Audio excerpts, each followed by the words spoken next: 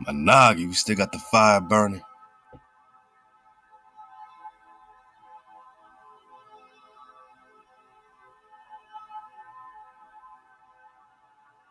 Let me let me fix my fireplace. Okay. We good.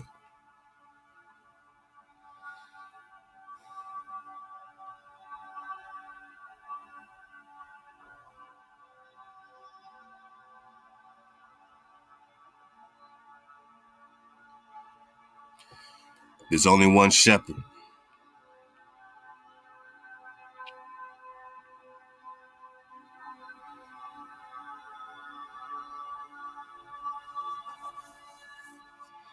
HEBER does not create confusion. There's only one shepherd. This shepherd has come from a time of everlasting.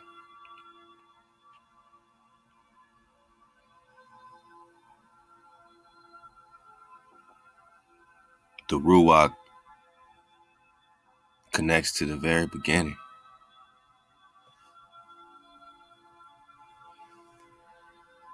We've learned a lot in our investigation of the priest King Prester John. But something tells me that we're just beginning. And in one end, in one way, Prester John, getting to 60 felt like an end, but it really felt like a beginning. We put so much. We had to rejuvenate. We had to, empty our cups even more, man. And we got challenged at every level, to adjust our understanding of everything, man. The timelines, what we believed,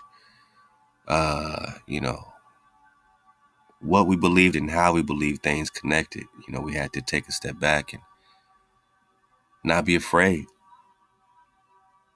not let fear, prevent us from getting something tangible that we can build on.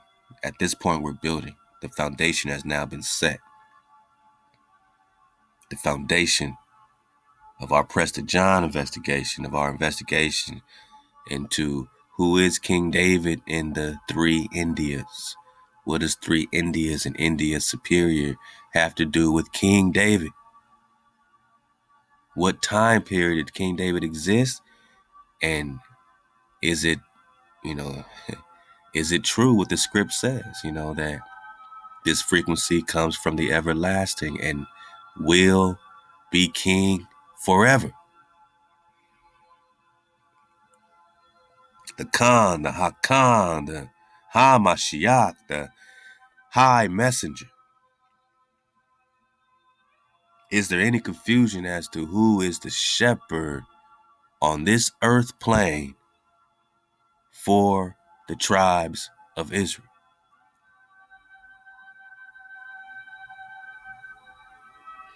Is there any question who is the HaMashiach, the highest messenger from everlasting, anointed, picked out directly from HEBER, only king, love to Yosef, the real? Shout out to my bro. He does great recon on King David, man. Prester John. Only king ever anointed directly from HEBER, my Naga. Picked out directly like you. Israel wanted a king, so they got Shaul. They got Saul. David was the course correction. David was HEBER's favor on the people. And although David didn't live a perfect life, he does show you that perseverance, and getting back in code is possible. And we're going to talk about Sheba. We're going to talk about David Sheba. We're going to talk Solomon Sheba. Because, there's two Shebas. Is Sheba a title? Or is it a name? Is it a title or a name? Is there a difference?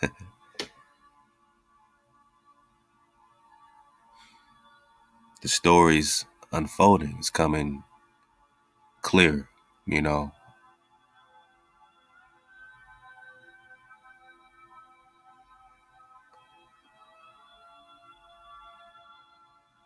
7 cities of gold.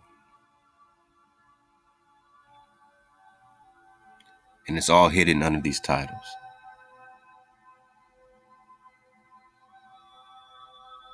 Sheba is 7,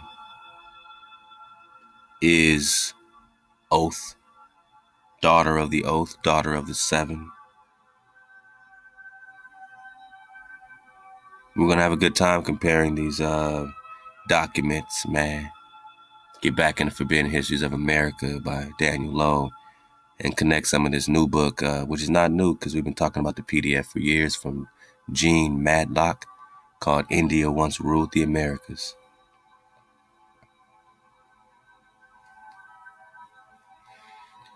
And we're going to have a great time reversing the curse, my Naga.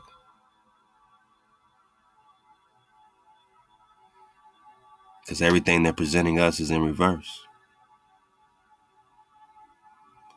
And everybody's in on it, man. I don't care if you're getting your history from the Vedas and the India Vedas and Sanskrit. They're all in on it, man. They're all in on taking the title of the actual chosen ones.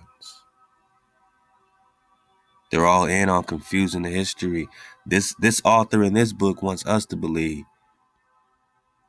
that little India came to India Superior and colonized it.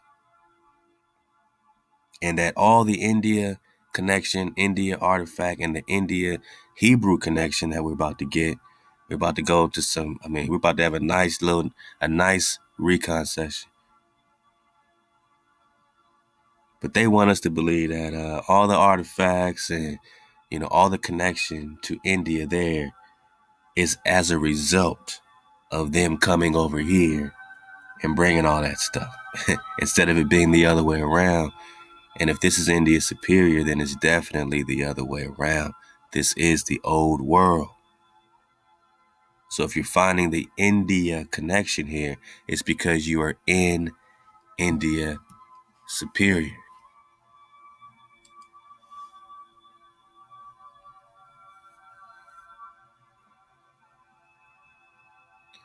Naga, where's North America?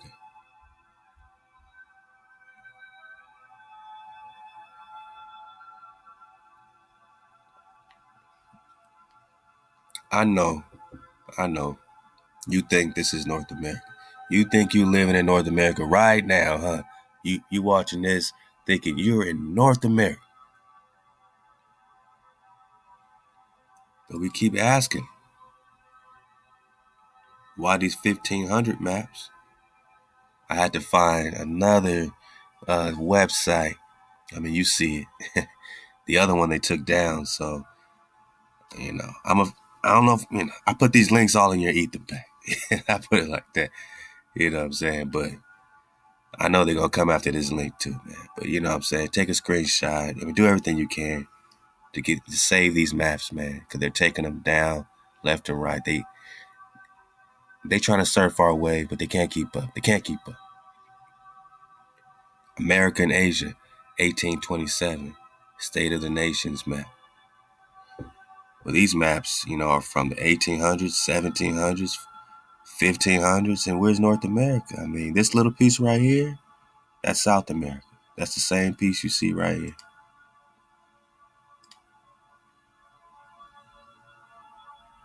And this map is out the British Museum in the 1500s. You see right here, right over where the, Utah, Colorado, Arizona, right where the Grand Canyon would be. You see what? Prester John.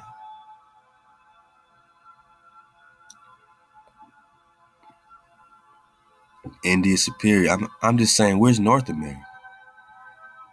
We got the Bering Strait. We're going to talk Anion Kingdom, Anan Ben David, or Anion.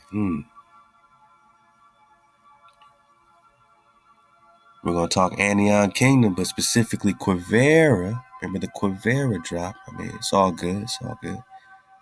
It's all coming. It's all happening. But yeah, this map is out the what? British Museum 1530. Prester John right here in North America. Or are we just talking, India superior. Or are we just talking, Asia? I mean, just meditate on this, my Naga. Where's North America?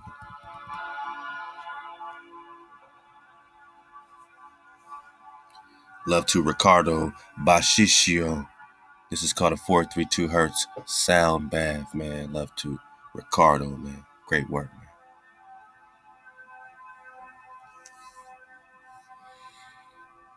So we got South America. Where's North America, my Naga? You see this little connection here? This is the same connection here. Right? Right?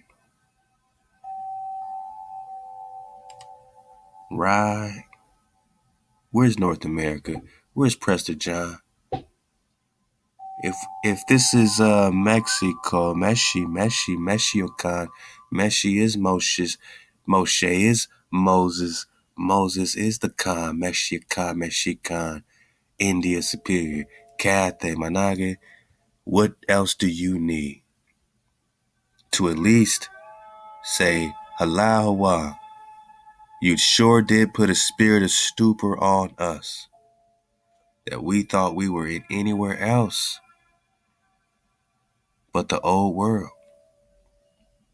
That we thought we were in anywhere else but Eden, anywhere else but Ophir, anywhere else but Kalalus or Cathay or India Superior. If the British Museum has this map, Naga, where's North America?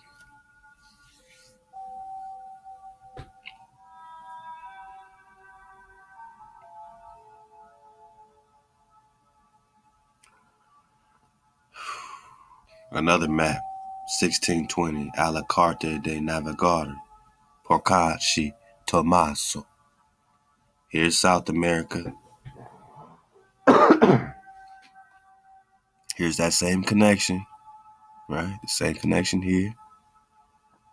Into India Superior, Prester John. So where would Prester John be here? And here you see La China. You see very small, China. Where's La China? Cathay. Where is La China? Oh, here we go. La China. Naga, where's North America? I mean, look, you got Florida. Hey, we're talking the same place, but with a different face. You got Florida. Where's Prester John? We're going to get on that Tangut, Tangut. Remember Swords of the East? Prester John and Genghis Khan had a big war in Tangut. Right here. We're just talking North America, right? Right? Right? Where's North America? Naga, where's North America? 1508. Planisferio de Rosselli. Naga, where's North America?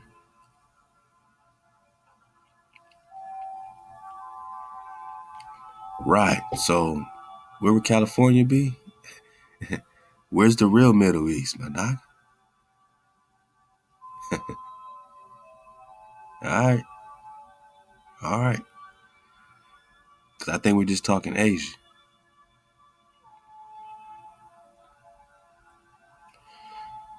Hawaii has put a spirit of stupor on the Naga.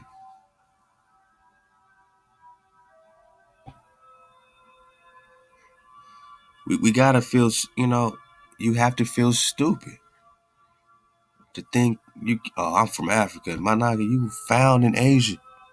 You're literally found in Grand Tartary. Grand Tartary. Oh, they teasing you with the Tartarian Empire. You're in North America. But look at India. Look at Little India. Little India. India superior. So when we get this author, he wants us to think Little India conquered and colonized India superior, and that's why we have a connection with India? Or, my Naga, are you literally in India superior? What's the definition of superior? Right. Why would this be called India superior? Does it have anything to do with the land of the Prester John? The black man, right? The copper colored Khan everyone's looking for to get an alliance with. We're talking King David. And did this story really just happen much more recent, not in no BC times? Because like we have talked about, and this is Prester John, installment number 62. You still got the fire burning, man.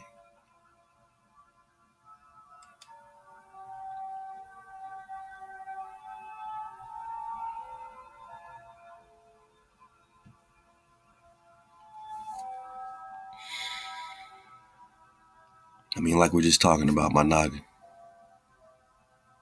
There's a reason why we're searching.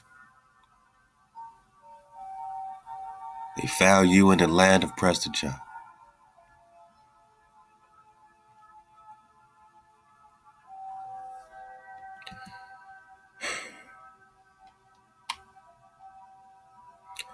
I mean, sometimes you feel stupid because you were taught by people, that had an agenda to bring you nothing but lies. I know we're in Isaiah. There's a scripture in Isaiah.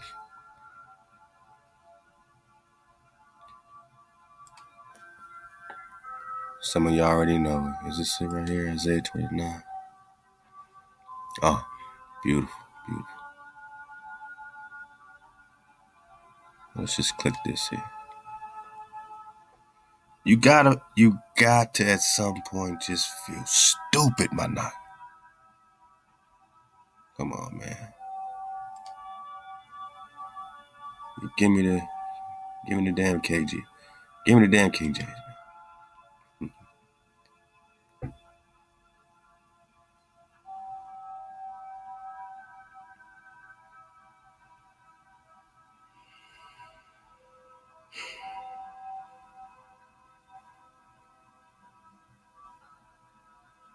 At some point you wake up.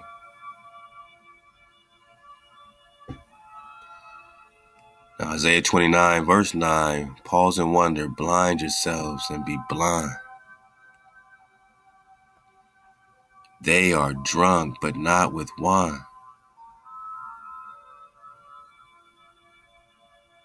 They stagger, but not with intoxicating drink, for HEBER has poured out on you the spirit of deep sleep. Body bag for the illusion.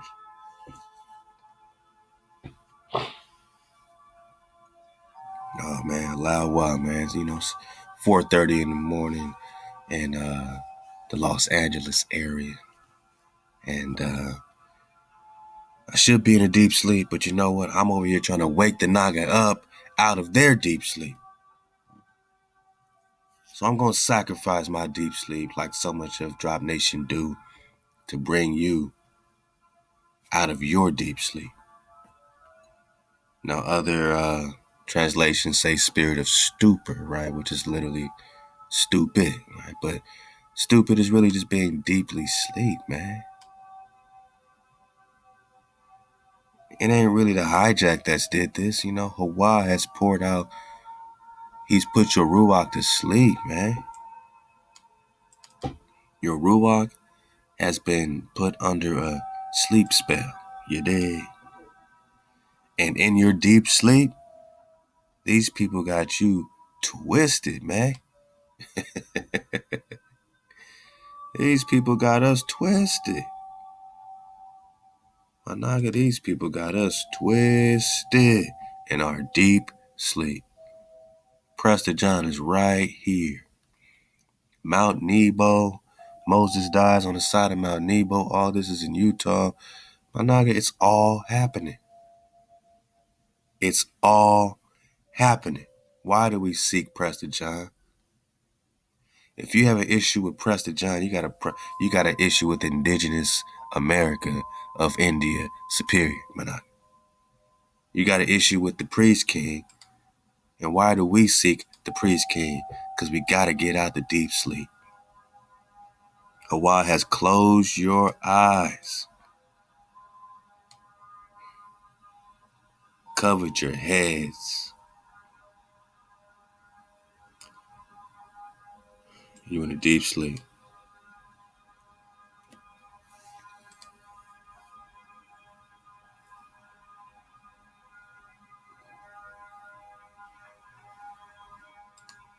And let's get out the new King James Version and go to the old King James Version.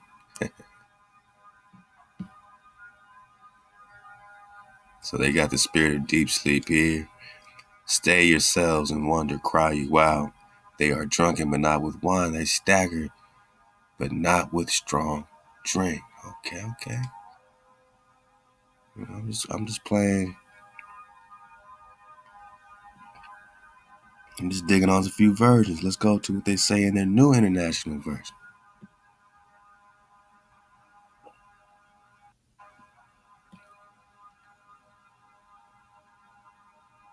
Deep sleep. So let's find a version that actually says spirit of stupor. What if I go to, let's see, what else they got here?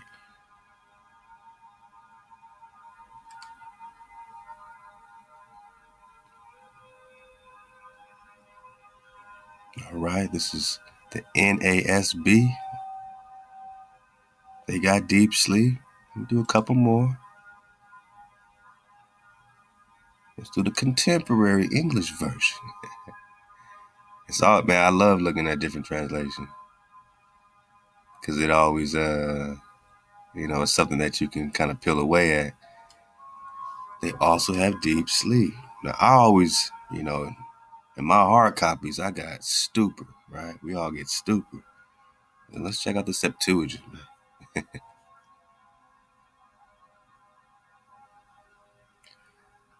So, yeah, I don't know, man. These guys look like they're keeping the same translation.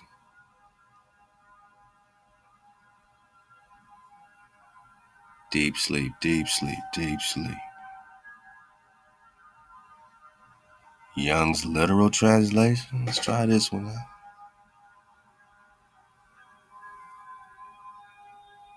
Spirit of deep sleep. All right.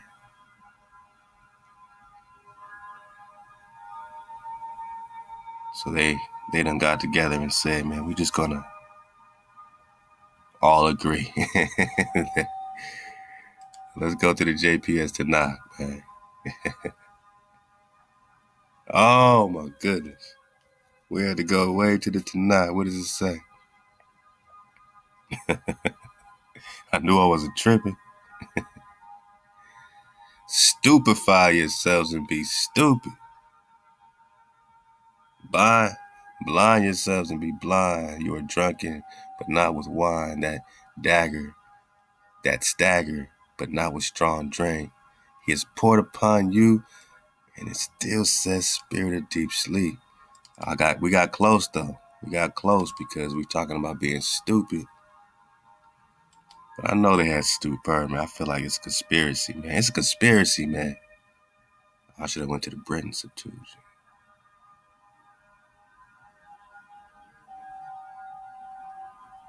Yeah, I should have went to the other Septuagint.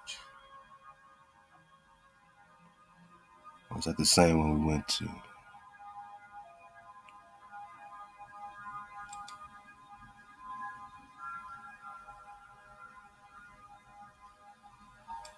Yeah, I think this is a deep sleep conspiracy.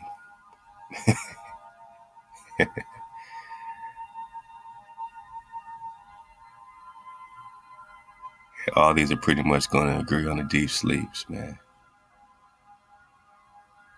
Orthodox Jewish Bible, they're going to say deep sleep too. Spirit. Oh, they say Ruach. Tardema, okay. And then they translated, all right, we got a breadcrumb. So what if we take the Ruach Tardema and get the translation, my Naga? What is this?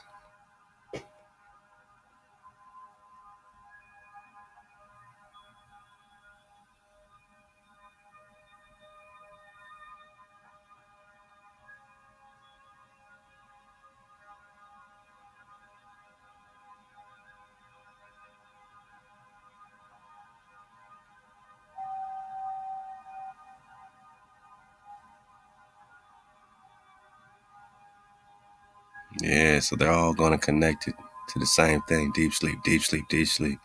And that's really all the Naga need to know. I mean, clearly we know that it's a stupor going on.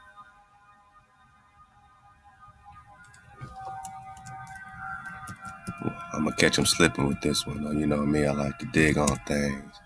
That's what the Prester investigation is all about. Now, in their New Test in the Romans, it says God gave them a spirit of stupor. All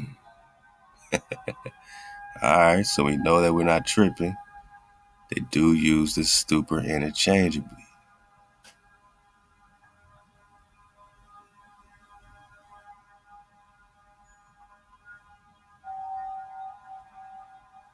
And this is the NRSV. They say stupefy yourselves and be in stupor.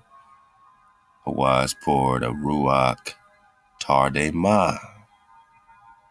So this Tardema,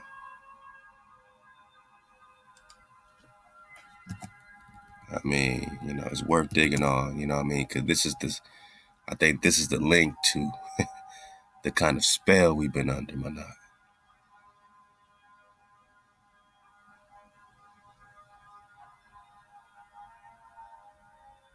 Let's check it out here. Hey, man, I didn't know I'd be digging on Tardema, man. Did you? That's what the Prester investigation is all about.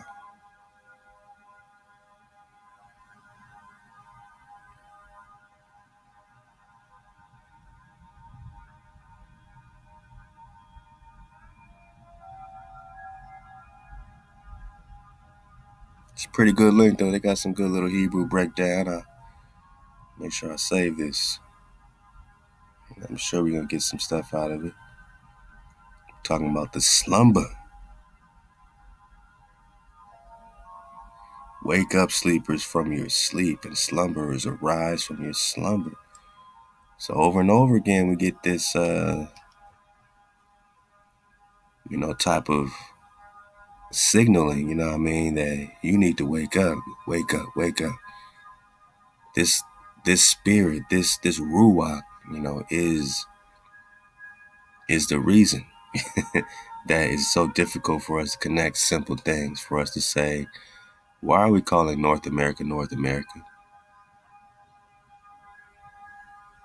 So HEBER caused a deep sleep to fall upon the man, and he slept, and then he took one of his ribs. So, deep sleep has been happening.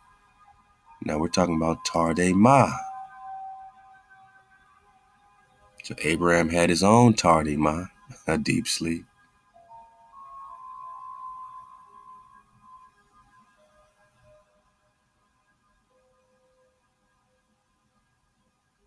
A sound sleep. This is in 1 Samuel 26. David took a spear and a jug of water from beside Saul's head, and they went away, and no one saw or knew it, nor did any awake, for they were all asleep because of a sound sleep.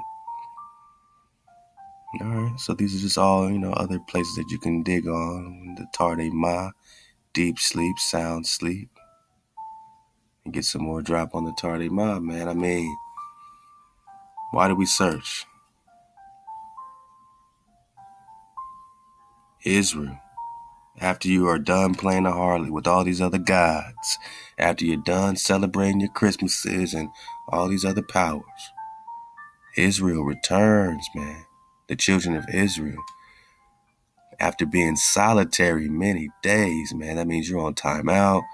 You ain't got no king. You ain't got no Khan, no prince. You don't need no sacrifice. Why?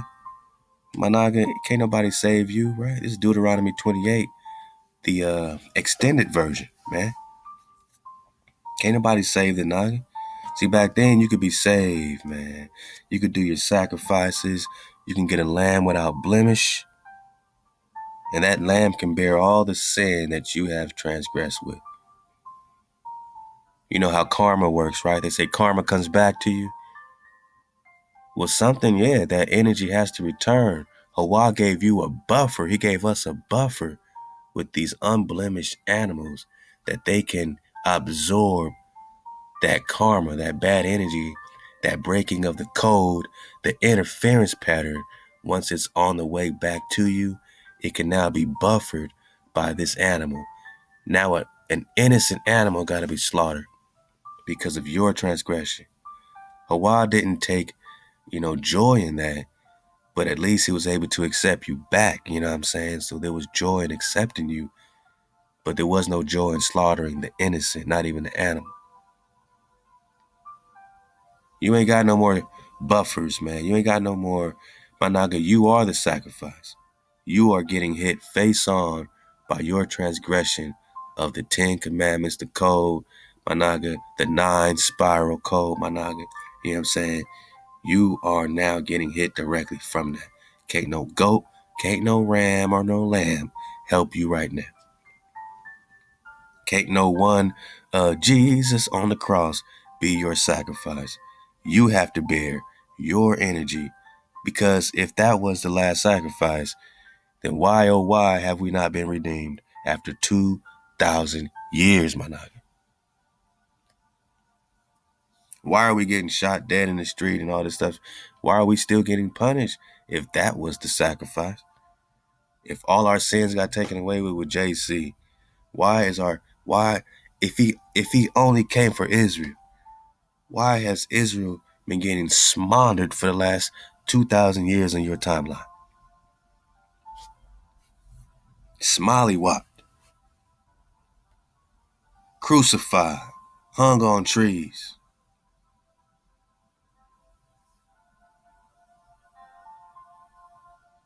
Hands up, don't shoot, I can't breathe.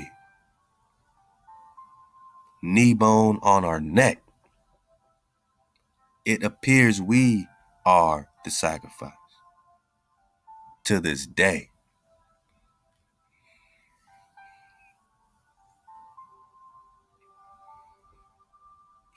Naga, this is Prester John, number 62. And we continue to seek because we have been solitary many days. In the book of Hosea, which is Joshua, afterwards the children will return. So this investigation is about you returning, us popping off, right? And seeking or investigating, right? This is our investigation. We're seeking first HeBER, first our creator. Ha is the hay in the Hebrew paleo, is the breath. You get your breath, you get your mama, you inhale, that's your that's a ha, is an inhale, it's feminine. You exhale the masculine. Wah. That's the story in the Paleo Hebrew. The strong power, the El, Aleph, goes into the house, the Ba'at, which now that strong power is in your house, you start to move and gather and walk. You start to have action. You go through a door, a doll, a dalet, a door. That's the 4th letter of the Paleo Hebrew. Then you get to the 5th letter, the Hey, or the the revelation, not the fake New Testament revelation. You could throw that in the trash, because all they're doing is sorcery and magic to get pieces of you and reverse it and flip it, and you can, get some drop out of it. But my Naga, you need the real revelation. You need to reveal. You need the realness revealed. What's the realness? Your breath, man. Your ruach. You need that ruach. You need to get out of the spirit of stupor. You need to get out of that Ruach Tardema, the spirit of deep sleep.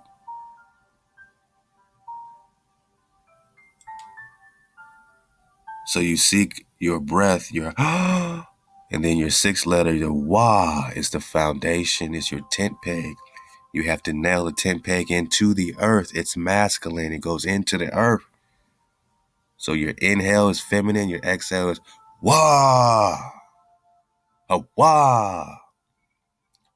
So when they have their Lord, and the Strong's Concordance is going to take you back to existence, or Heya, or the original form HaWah, because it's the Paleo, Picto, Hebrew language. And after you have that strong power go through that door, you start walking. I mean, my Naga, you know what I'm saying? The first person to greet you when you get through that door is your breath, is your mama. Big Mama gives you the breath. She sees you're in code. You're now connected to your Wah, your shaper. Your framer connects you to your shaper. Your shaper is your vibration, is shaped in a frequency. Everything is sound. The word is the vibration. The word is the shape. Words shape your reality, Khan. So the words are the shape. His word is the shape. It's the vibration. It's the frequency. To get that flow, you first need to get your breath, your ruach, so you can tap in. You need the ingredients to tap into your security. So your Ha connects you with the Wa. Then you get your Zion, or your Zan, which is your rest. It's your weapon, my Naga. It's your seventh letter, seventh day. It's your Shabbat. It's your food. It's your nourishment. Mama can feed you now because you got your daddy, you got your shape, and now you got the ingredients, you got the frame. You got your frame and your shape, and now you can eat, man. Now you can get your food. That's the first 7 letters of Paleo Hebrew, and that's what we connect to first when we seek our Creator, HaWah. After you're connected, you start popping off your own seeking. David, we are on installment 62 for years of seeking HeBer and David the Khan. And we're finding them in between the timelines on maps in the British Museum over America that ain't America. It's just India Superior. It's Asia. Naga. It's Grand Tartary. So we're going to get into this great book. We're going to talk about Little India. No offense, but, it's not India, superior, where all these black people are found, where all these Ethiopians are found, where all these Naga Khans are found, popping off the Amaru Khan. How does this connect to South America? Through Mexico. We're just talking India superior, Cathay. Why do we seek Hawaii? Because when we return after we stop playing the harlot, after Israel says, I don't want to play the harlot no more. Afterwards, the children shall return, seek Hawaii and David their Khan, and shall come trembling unto Hawaii, unto his goodness in the end of days. Right now, we're in the end of days popping off, man. We're trying to wake up out the deep sleep. Trying to shake off that Ruach tarde mob. We don't want to be tardy no more, right? We're trying to shake off that tarde ma. Huh? Trying to shake off that tarde ma. Then you must seek Hawaii. You must seek Hawaii, your power, and your Prester, your Khan, your priest king. I mean, I know we see clearly, man. I know we see clearly that David will rule again. Again? David will rule again. Halal HaWah, I mean, we're over here enjoying a nice sound bath. You know, sometimes we gotta jump back in that sound bath, my Naga. Oh yeah, yeah, yeah. You know, we surfing the wave, man. We're doing a nice sound bath, an orchestral sound bath, 432 hertz. Love to Franco Bashishio, man. Let's enjoy it. Let's enjoy it, man. And we about to, we got the fire burning still. All right, we got the fire burning. Let's just remember why we seek David. Now, how many scriptures do we have to keep going over? You know what I'm saying? Like, what's the blocker to you? You know, I'm talking to those who got a block. What's your block now? Now that you're getting about your tardema, you're waking up out that deep sleep, that spirit of deep sleep, that ruach tardema.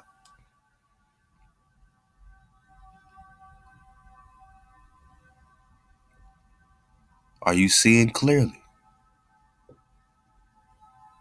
You're not in America. Not what you know. This is Grand Cathay. This is Kalelos. This is Eden. This is the third India or the first India or India Superior. Now, to not know that means you have been in a deep sleep.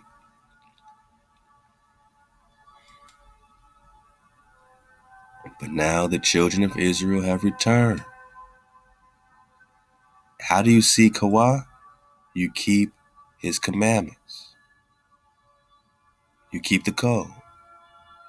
After you keep the code, you start searching for Prester John, Priest King.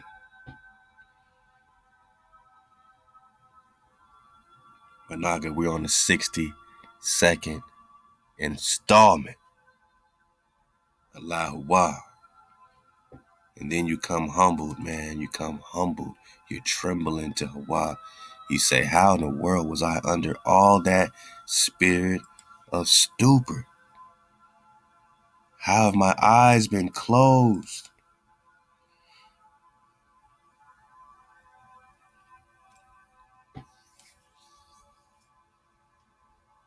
You gotta respect HaWah. You gotta be like, man, I have been, wow, deeply asleep.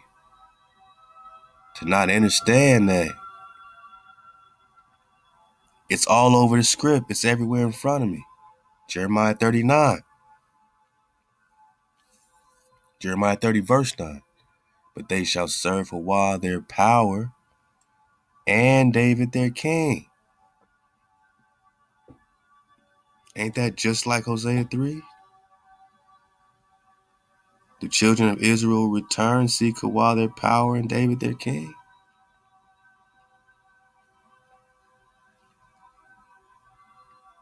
In the end of days. Jeremiah 30, verse 9. But they will serve HaWah and David, whom I will raise up for them. Why do we seek King David? They call Prester means priest, Prester, John. David, my servant, shall be king over them. They shall have one shepherd. How many shepherds is Israel going to have in the end of days to be their shepherd forever? Managa, what's the stupor? What's the deep sleep? Managa, what's the Ruach Tardema that's preventing you from understanding what one means? One means one.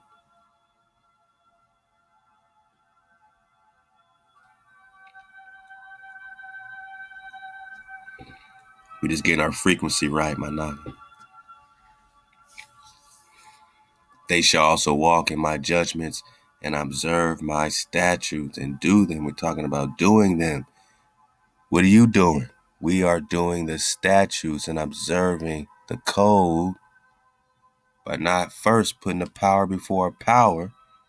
And once we don't put a power before a power, we are now return to HaWah. And now that there's no power coming before our power, we can now seek HaWah. And now that we seek HaWah, we can seek King David. My Naga, what don't you understand? One shepherd.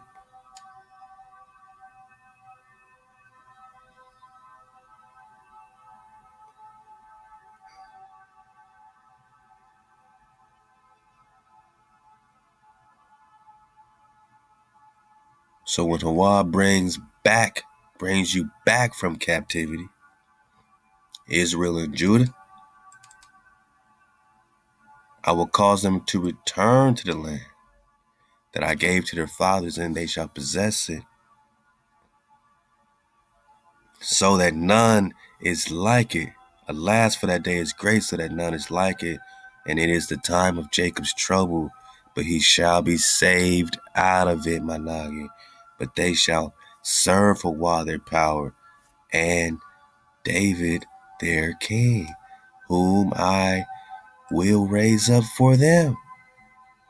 My Naga, what don't we understand?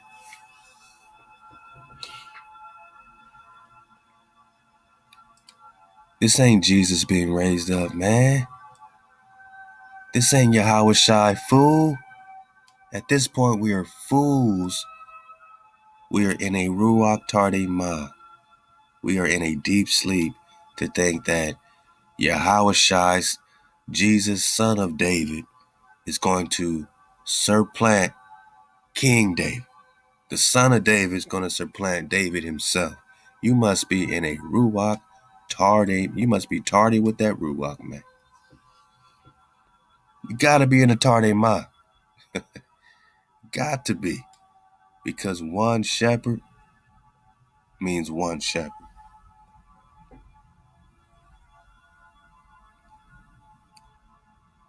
Ezekiel 37, David my shepherd shall be king over them, and they shall have one shepherd. They shall walk in my judgments. They shall keep the code.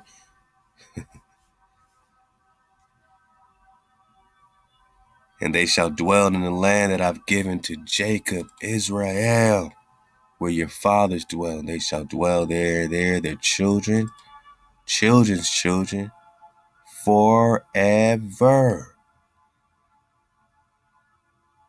My servant David shall be their Khan forever. Prince, king, Khan, same thing. We're talking the priest. The high Mashiach, the high messenger. How many? We have many, messengers, many Mashiachs, Manaka, but how many are going to be shepherds? How many shepherds will you have? One shepherd. Because, what's the moral to the story? What's the moral to the story? What's the whole Bible about? What's the moral? It's about a mother, a father that falls out with their seed, right? Because their seed ain't keeping the code. But one day their seed does return. Afterwards, the children do return. And it gives you the order. You seek the Creator and you start searching for David. Why? Because you must remember who you are. And you got to know why they came over here to hijack the Naga. You got to know. The same play plays the fourth quarter. You got to know. My servant David will be their prince forever. So you done went all this time without a prince, right? Without sacrifice, without a king, without a prince.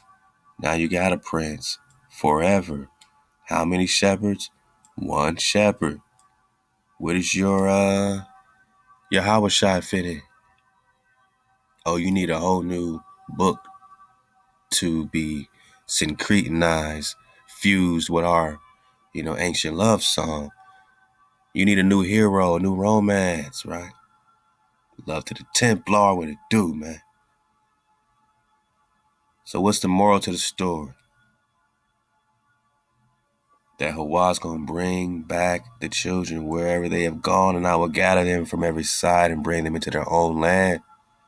And I will make them one nation in the land on the mountains of Israel. And one king, not two, not three, not four. One king shall be king over them, and they shall no longer be two nations, nor shall they be ever divided into two kingdoms again. This is about the children coming back in order. And where does it start? Where do you seek first? Afterward, the children of Israel shall return and seek HeBer.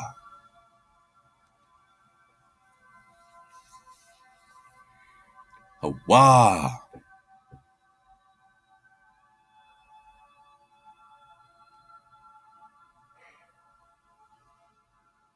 HeBer. So after you get through that doorway,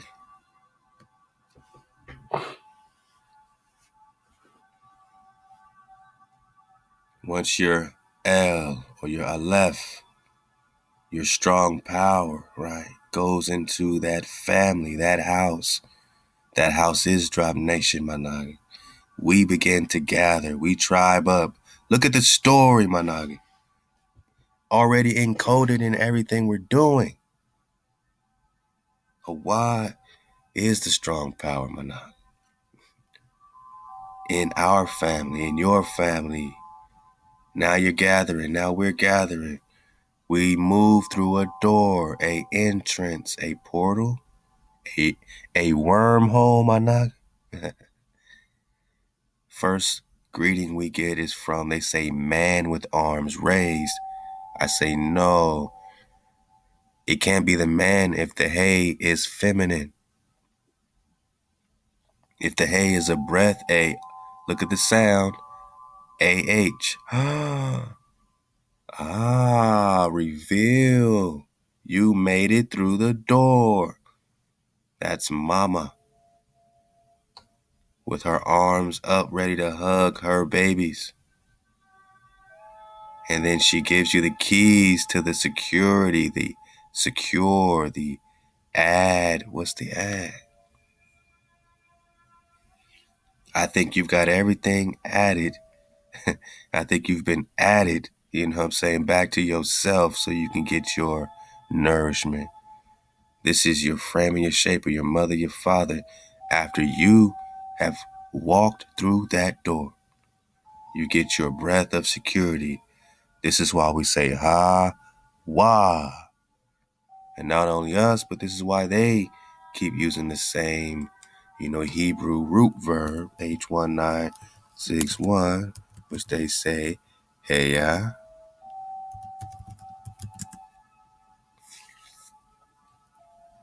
Brother Lex, man, he done, hit a nice golden spike with this a long time ago. So, hey, for that.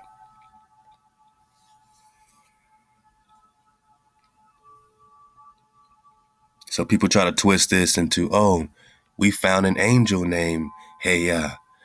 Okay, well, does the angel predate the Hebrew root verb, Naga? Does the angel predate the Hebrew language? So that angel must be named after something that already, what? Exists. Because this is a primitive root, Naga. And when I say primitive, I'm saying it's coming straight off the Hebrew chart, Naga. HeBer. Now they say, hey, all you gotta do is go to your etymologies. Love to let us find the truth, man. He led us to this water, this etymology line, right? So etymology, you could put in like Yahweh. They're gonna tell on themselves.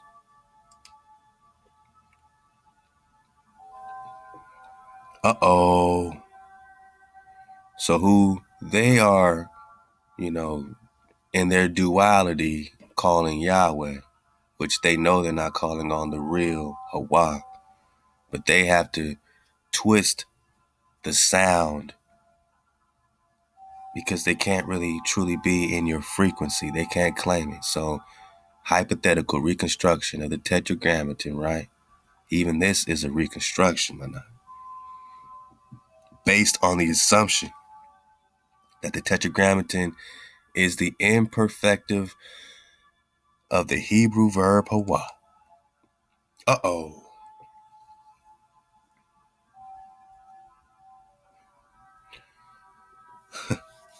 Which is the earlier form of heya.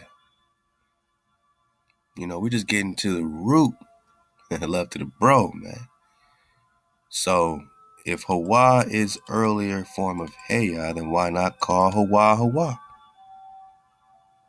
Like the islands Hawaii and Joshua.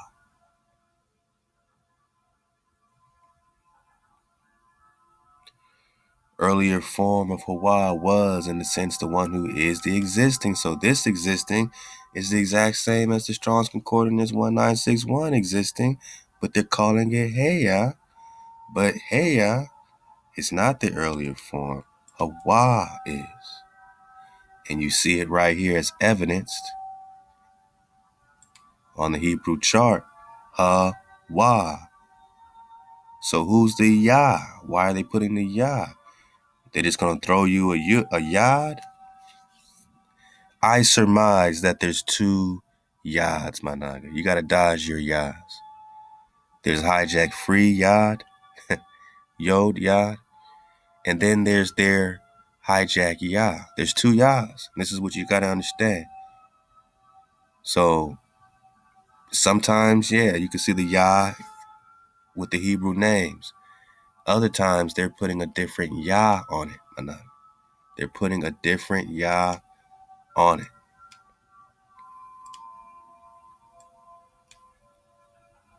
I mean, what's Yah backwards? You're back to the hey, right? You're back to the hey, right? You're back to the hey. Reverse the hey, you're in the Yah. I'm saying you got to reverse the curse. You got your Yah, you're in reverse. You're not even in the earlier form with the Ha-Yah,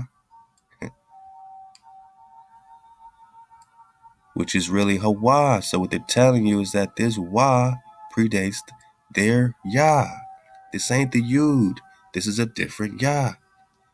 What's their Yah? My Naga, their Yah. This ain't the Yud.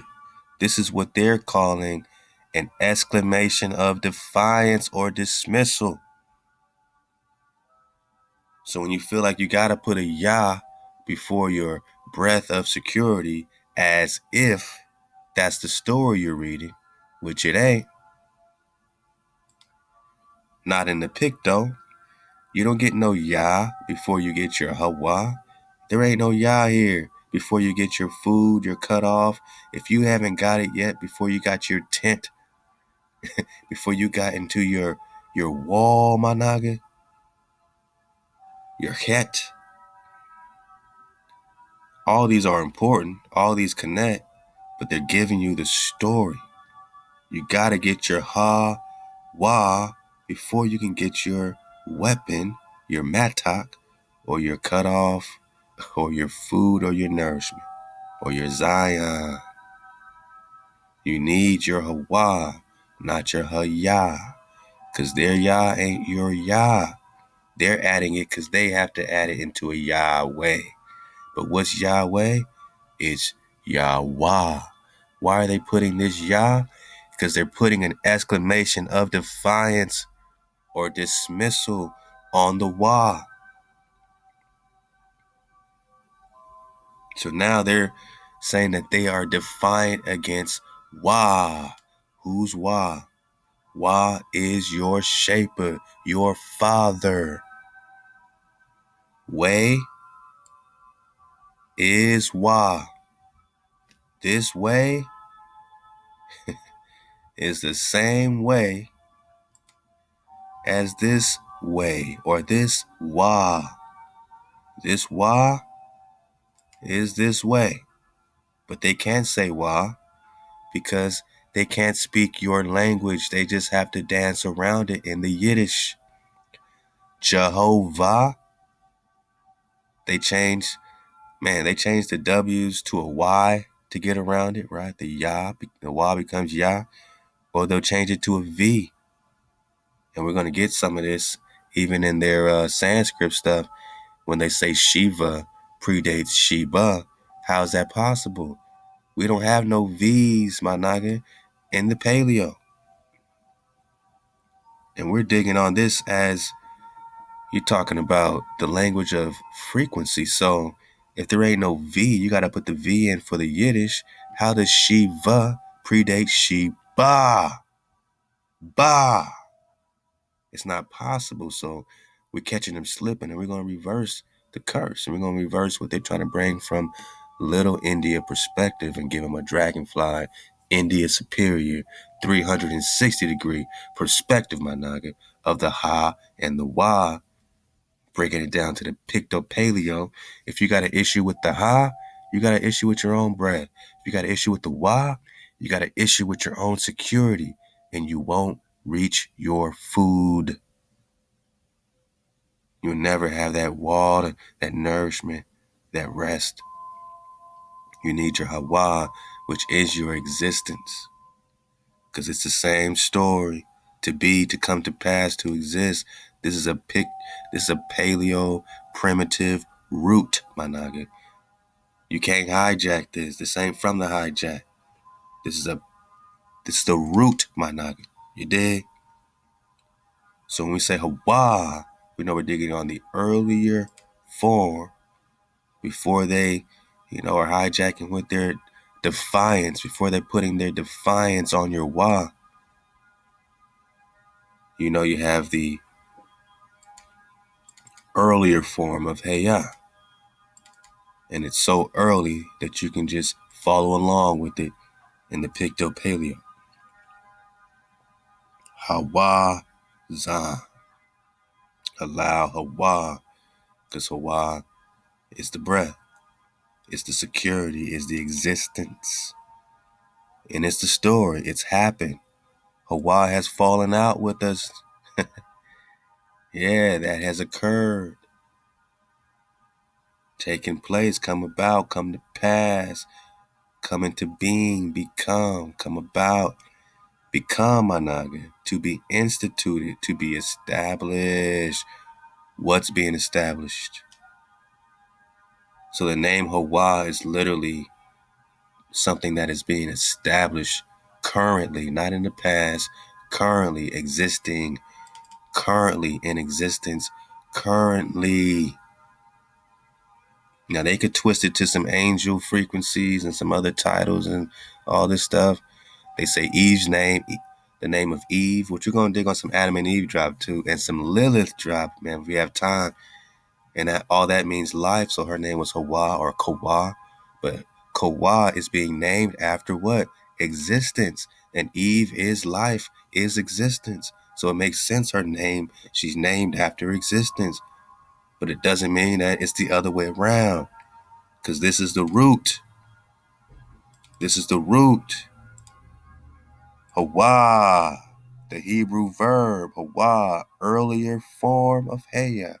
The earliest form of our breath of security. Because you got through that door, that entrance.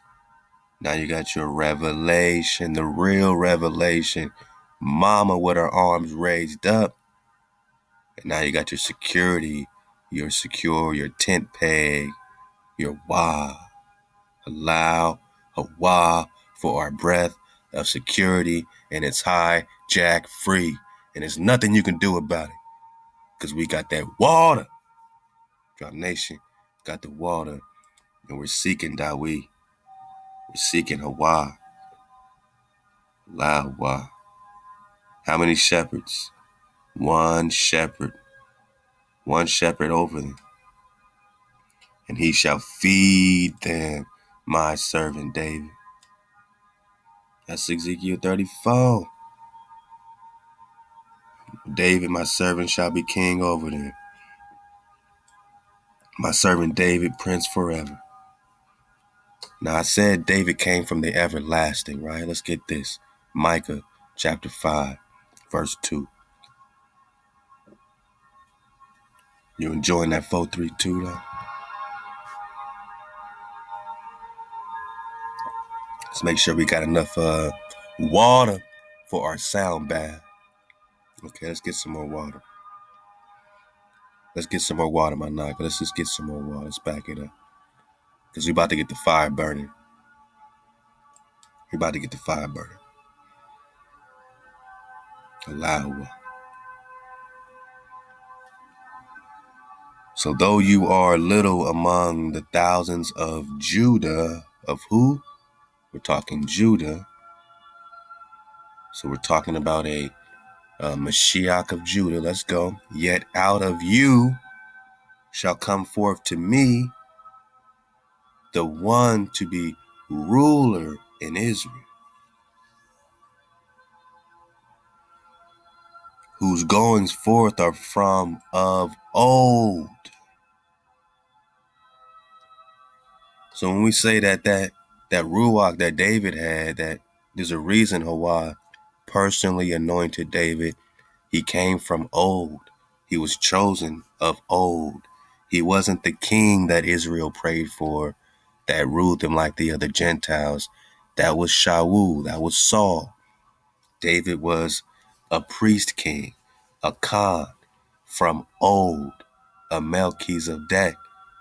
Melchizedek. You're talking about the everlasting priesthood. So even though he was, at least in the story, just flesh and blood man, right? His Ruach it wasn't that simple. He was of an everlasting Ruach, my Naga. Therefore, he should give them up until the time that she who is in labor has given birth. Then the remnant of his brethren shall return to the children of Israel. So his brothers return, and he, who's he, shall stand and feed his flock.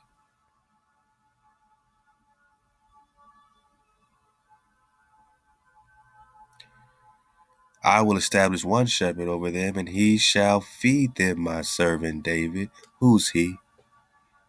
And he shall feed his flock in his strength, in the strength of HaWah, in the majesty of the name of HaWah, his power.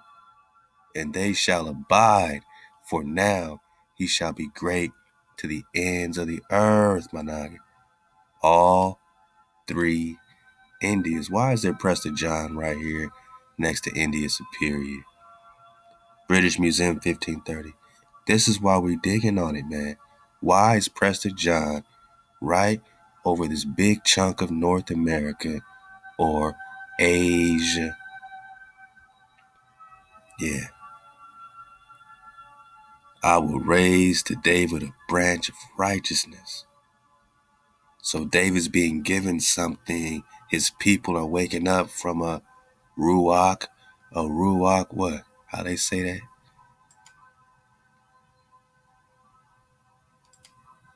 A Ruach Tardema, spirit of deep sleep. You waking up out that deep sleep, right? So David's being given his people back at some point in the future. They're waking up out of spirit of deep sleep. That I will raise to David a branch of righteousness. They're waking up out of deep sleep. And a king shall reign and prosper and execute judgment and righteousness in the earth. In his days, Judah will be saved. Judah will be saved and Israel will dwell safely. The whole tribe will be Shalom, Baruch, Baruchah. Now this is his name by which he will be called the Lord of righteousness. That's Jeremiah 23, Mana. We're just talking David, right? For unto us a child is born, unto us a son is given, and the government will be upon his shoulders. Isaiah 9, verse 6. And his name will be called Wonderful Counselor, Mighty God, or maybe El Prester, Prince of Peace, Everlasting Father. Or we're just talking about Micah 5, the one to be ruler in Israel from everlasting.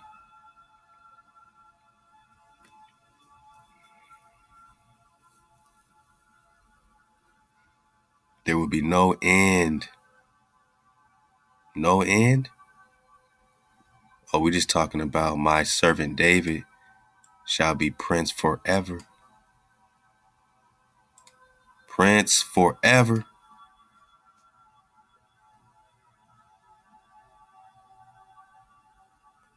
There will be no end upon the throne of David and over his kingdom, to order it and establish it.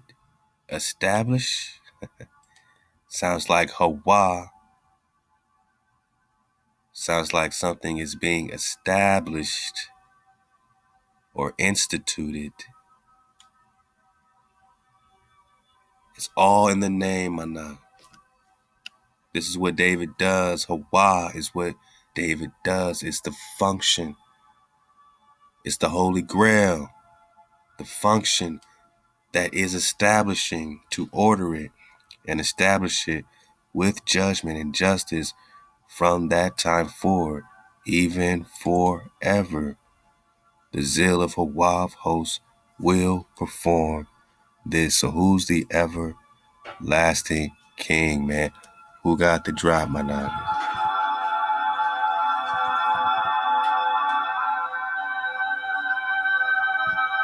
Who got the drop?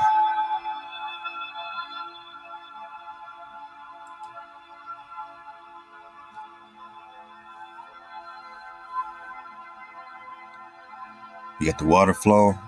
You got the fire burn.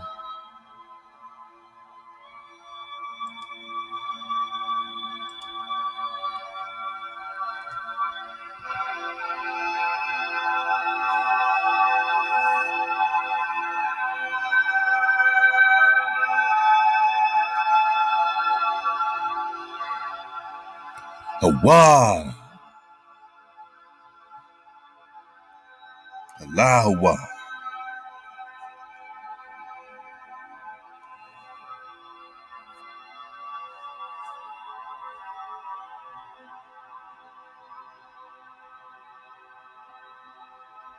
Dawadawa.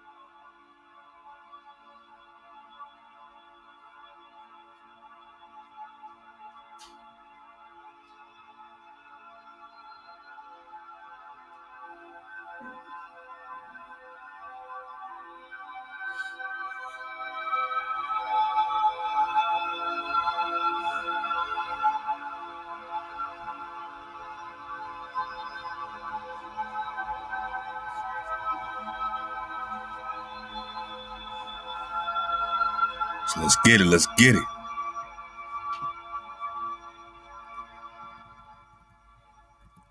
I'm gonna get a few pages out this book and connect some things and have a good time, man, in our investigation. And again, we are investigating. No one's trying to present anything as an absolute. You know what I'm saying? So Don't jam us up. Just get out of our way. You know what I mean? You can listen, you can take notes, but don't come over here trying to tell us anything absolute that you got in your head absolutely. If you think you got something absolutely in your head other than keeping the code, then use a damn fool. We don't deal with fools around here. We're all waking up, returning together, get out of our way as we investigate. This is our classroom. We do it for the tribe. You dig? This is only for the tribe. You want to come over here, leave comments, unless it's in our flow, it's out of here. We do a good job at keeping the hijack out of our investigation. So all praise to HEBER. The water, everybody getting your ether packs, Prester packs. You got the first 60, 61 videos all in your golden capsule flash drive. And now you can pass that information on to your families, your children, everything. And I appreciate your support. And we got, more on the way, man. Let's go. We got more Prester packs on the way. Let's go.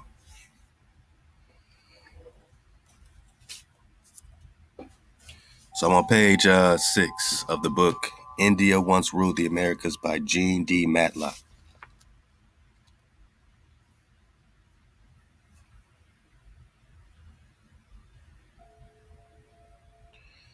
About 5000 BC or earlier, a brilliant deified Phoenician Naga. I can't make this stuff up. Right? So like I say, are they deifying our Nagas, right? And then when we're reading about it, it says the god of this, the god of that. What came first, Sheba or Shiva? They would have us think that Shiva, the god of destruction, came before Queen Khalifa and Queen Sheba. I'm not so sure about that. I think their Sheba or Shiva comes after Queen Sheba, who they might call a goddess of destruction if she's whipping up on the hijack. You know what I'm saying? Did Queen Khalifa kick so much hijack ass that they literally called her the goddess of destruction in their, hijack recountings of these stories, right? What's really coming out these Sanscripts and what happens when we reverse the curse. And you're going to see us doing that throughout this entire, investigation period, but especially with this text right here, because they want us to believe that little India conquered big India, my nigga. Well, then why don't they call this India today? Why do we have to go to the 1500s to figure that out? Why do you get to be called India?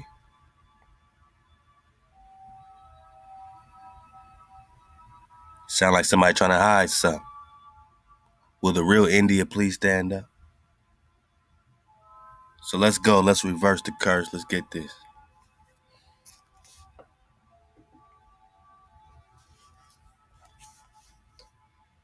All right. So about 5000 BC, a brilliant deified Phoenician Naga, king and philosopher named Kuvera. I can't make this stuff up, man.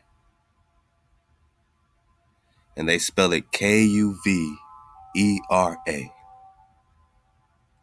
Also called Kubera. Kubera. So right there you see that there's a V and a B. What came first, the Kuvera or Kubera? And why does that sound so much like Cuba?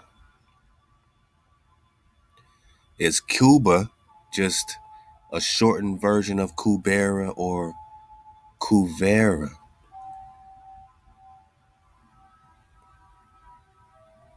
I mean, wow.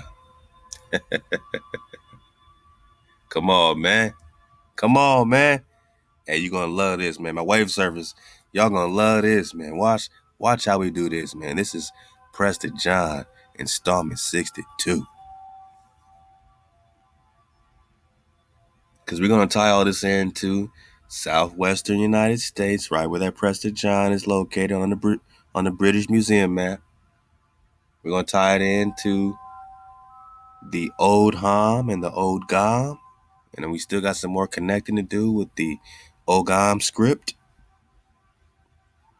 which they call a tree, an ancient tree language. So this philosopher name, or this Phoenician Naga. Now, what's a Phoenician Naga, my Naga? What is a Phoenician Naga? Is that a code word for a Hebrew king? Man, you know what I'm saying? They call him Kuvera or Kuvera. Learn how to smelt copper, gold, and other metals. These activities took place in the kingdom named after him called Kheeber or Quivira or Kheeber. But they spell Kuvera Kheeveri. Now we about to get into the Kuvera regnum. Hey, they said Phoenician Naga. Watch where we find Quivira. Now they say it consisted of a group of mountains in what are now the southeastern Afghanistan and northeastern Pakistan. So right away they're gonna hijack us and take us to a location and drop us off there and say, "Yep, Middle East. Nothing to see in America, folks." According to Hindu mythology, his capital was and still is the total barren, mineral poor, goldless, frigid, lofty, bell-shaped, pyramidical peak of Kailasa, Kailasa in Tibet. That's just according to Hindu mythology, but what's the truth? Where's Quivira? Is it a totally barren, mineral poor, goldless area? Or is it, the cities of gold? Septimania, 7 cities of gold. Now they're going to try to make Sept into some, Shiva, god of Shiva situation. We're just talking 7. They're going to turn 7 into, oh, well, that's a code word for Shiva. You mean Septimania? Are you saying you're trying to hijack the number 7 into worship of Shiva? 7, the number 7? Just like HEBER. What came first, the primitive root verb or the angel that has a name that sounds like Haya or some other thing? It don't sound like Hawa. They can't speak that frequency.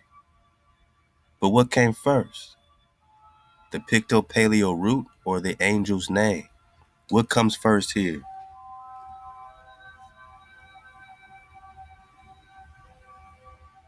I mean, really, what comes first, the Hindu mythology or the cities of gold?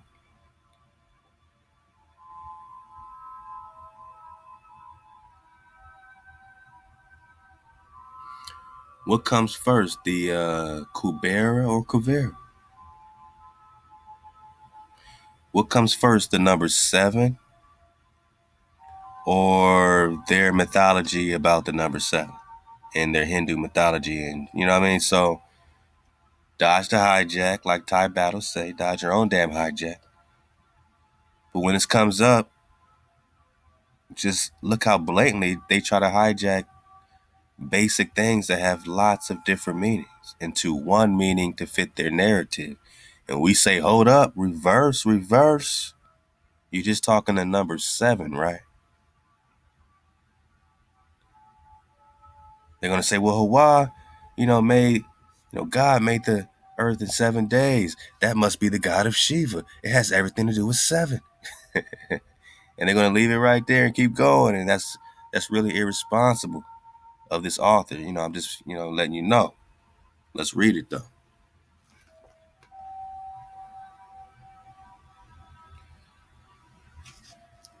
So in Edward Pokake, he stated in his book, India and Greece, quote, the Kheeber, its region is wealthy and abounds with rubies. Gold is found in the mines in its vicinity.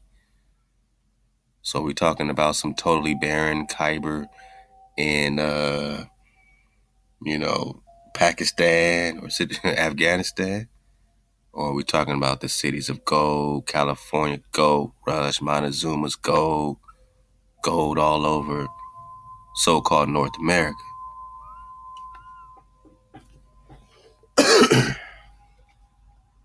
All right, so now check this out, man. And I wish I had a PDF on this, but enjoy the read. So Edward Pocock, he says the Khyber or Quivira, its region is wealthy and abounds with rubies. Gold is found. It says, and the Quivira kingdom, was likewise the ruling power of those early days. Keep that in mind, right? So this area is the ruling power in the early days. Now, they're not connecting it, per se, with America as the origin. They want to keep taking you back to so-called India and the Middle East, right? Afghanistan, Pakistan, they want to do that, but then they want to pick on America and say, oh, you natives, weren't smart enough to do this stuff. We had to bring it over here. We know that this is a damn lie. See, everybody's in on the delusion. Everybody's in on the deep sleep. Since you're in the deep sleep, everybody's picking on you, man. Everyone's telling you lies, right? So we got to reverse the curse. Now check this out about the word copper. Now it says, Kuvera kingdom was likewise the ruling power in those days. We derived our word copper from Kuvera's name. Eventually, the Nagas extended their influence all over India. Whoa. Copper color Khan. The word copper is literally coming out of this Khyber or Khyber or Kuvera or Khyber, Quivera, which is Khyber, which is copper, my Naga. My Naga. My Naga, watch this though. Watch this. Watch this, man. It's the fourth wave, my Naga. Not only does the word copper comes from this Kheeber or Khyber or Kuvera, that is Quivera. But watch this. Remember, they call him a Phoenician Naga, right? Let me adjust my fire. Okay. We good. Fire's burning. Don't want no logs falling on the mat, my Naga. Don't want the dojo catching on fire. But the Naga, we on fire. We on fire, man. We popping off. Now, Khyber is copper. But who's Khyber? He's a Phoenician Naga, a copper-colored Khan. He must be because the word copper is coming from Khyber or Kheeber or Kuvera. Now, you know all of the properties of this copper, right? Copper is this conductor, right? Conductor. Now, it says if you've initiated or intuited that Khyber is the Hebrew HEBER. Uh-oh, come on, man. Naga.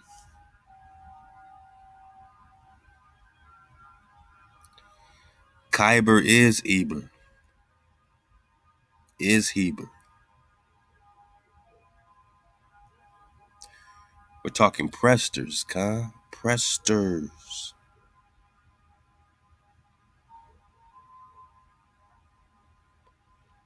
The term Prester, priest king, right? So we got that we have one shepherd when we talk David, but other than David, there are what? Moses is a priest king, Khan. Joshua's a priest king, Khan, right? So Heber, my Naga. Abraham, my Naga, you know what I'm saying? So all this is the Melchizedek, Melchi. Zedek, Melchi means king, Zedek is priest. Melchizedek is king priest, or priest king is Prester John, priest king. Abraham got visited by Prester John, priest king. We're talking everlasting, my Naga. Then he got the code. Then he got the code.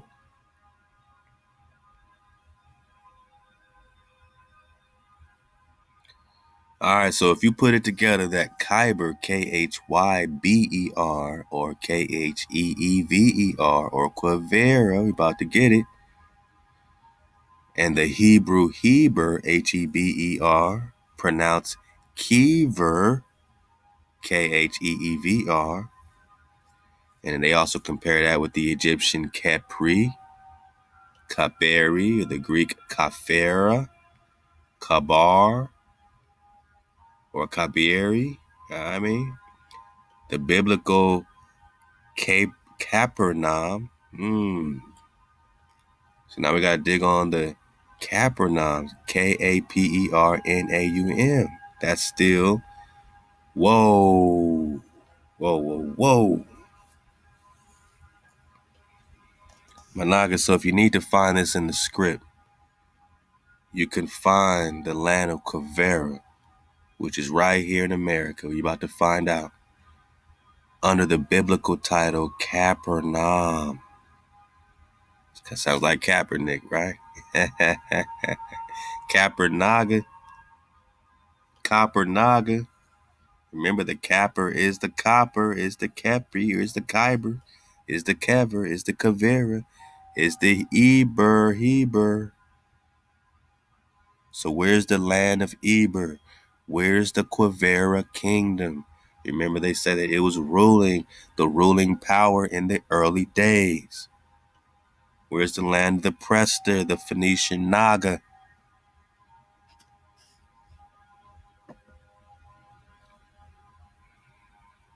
We are Hebrews. Heber is Kheeber, my Naga.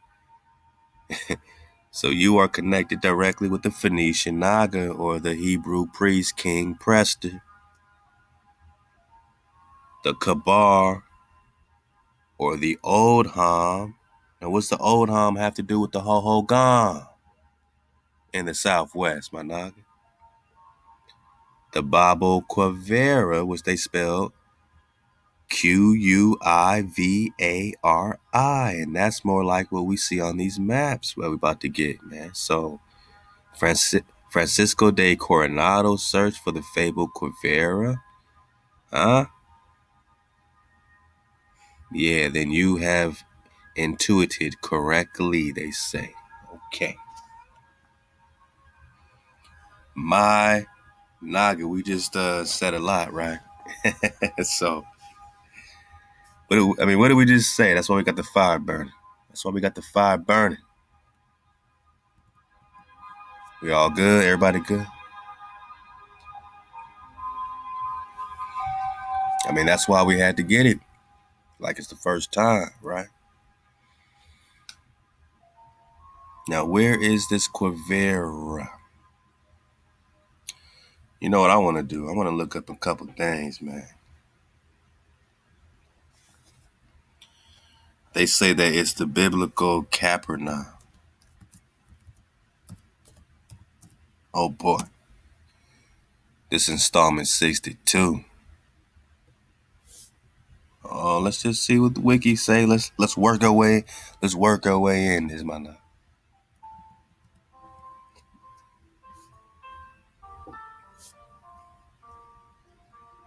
Let's make sure we good. You know, we got enough time. I want to cover a few things. Okay. Halal HaWah. So this is how they spell it. All right. Now, according to this author, right? I'm gonna put all these spellings right here in this little box to the right, just so you could do your recon. They say the Phoenician Naga around 5,000 BC, right? Dodge the hijack. Is called Kuvera. All right. Also called Kuvera.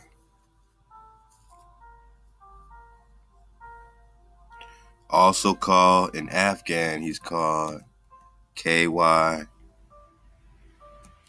KHYBER. Kheeber. Now Kheeber is where they're getting copper. All from this, Kheeber scenario. All right. Kheeber is Kuber, is Cuba or Cuba. Remember they say that there's these Hebrew monarchs at war already in Cuba by the time Columbus got here, so Cuba plays. Or Kheeber, or on the maps it's called Quivira, or they say Kheeber like that, or Kheeber like this. And that Kheeber, you see the Kheev is really a B. And this is our whole point, is that these V's do not predate the bot, the Hebrew bot. There ain't no V. You dig? There ain't no V. There ain't no V. So we can take it back to the origin while they over there playing, trying to reverse us into this hijacked city.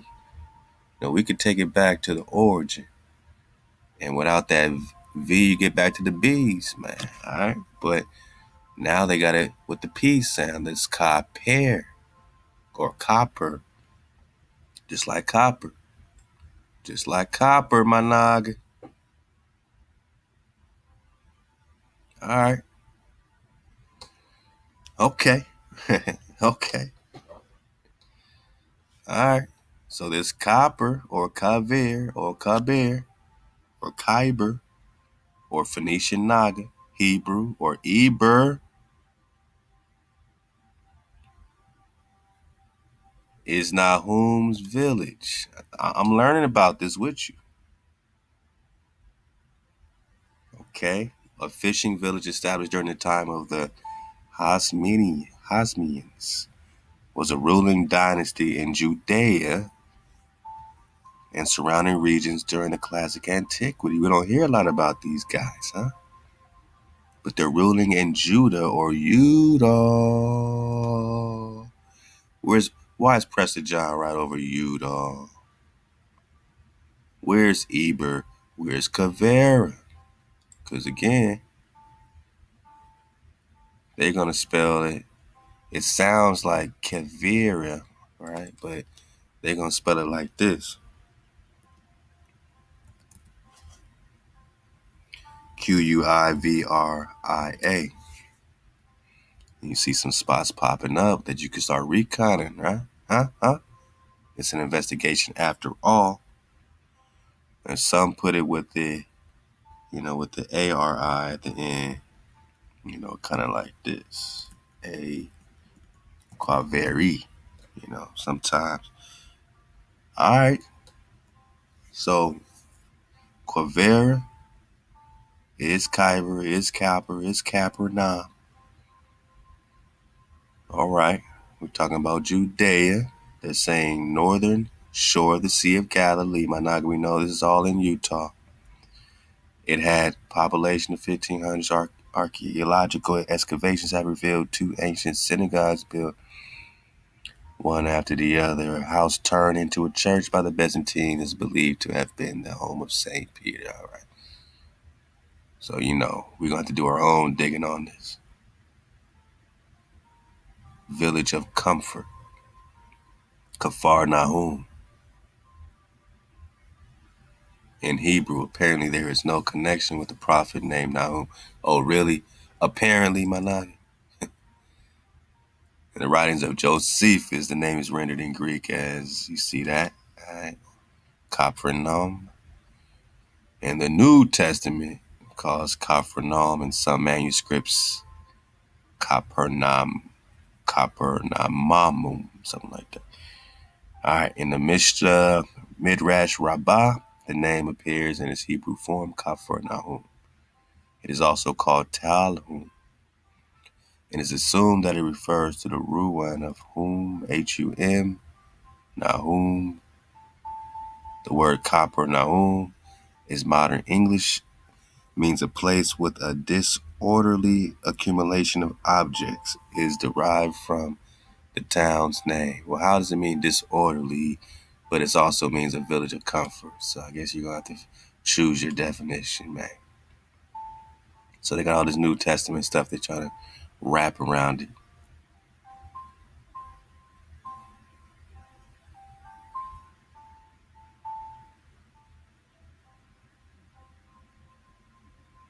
But all you need to know is that when we talk about Capernaum or Quivera, it has everything to do with Judea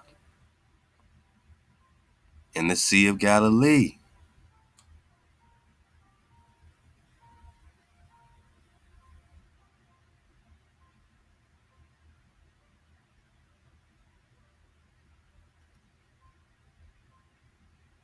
Nahum's village.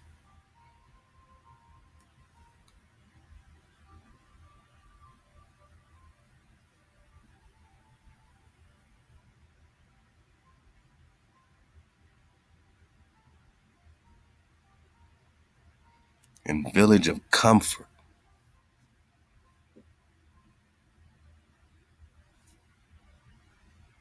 So this is a safe haven. If it's a village of comfort, this must be, someplace that, you want to get to for the comfort, for the safety. I know I had mentioned Judea around here.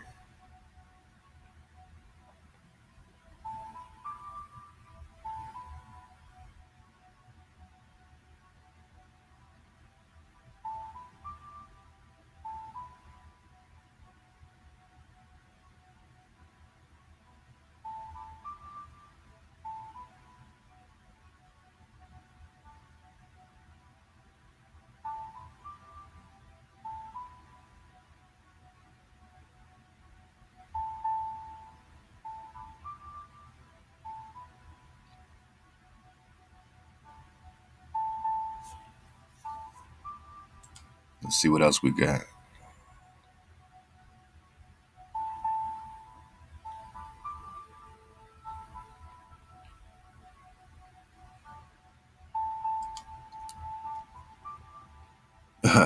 Somebody said the town of Jesus. Oh, man. See? Mm-hmm. Hold on. Let me get that right quick. Oh, let's go back. Let's go back. It was Jesus' second home. Oh, boy. Oh, boy. See how you see how these damn, man, love to Yosef typology.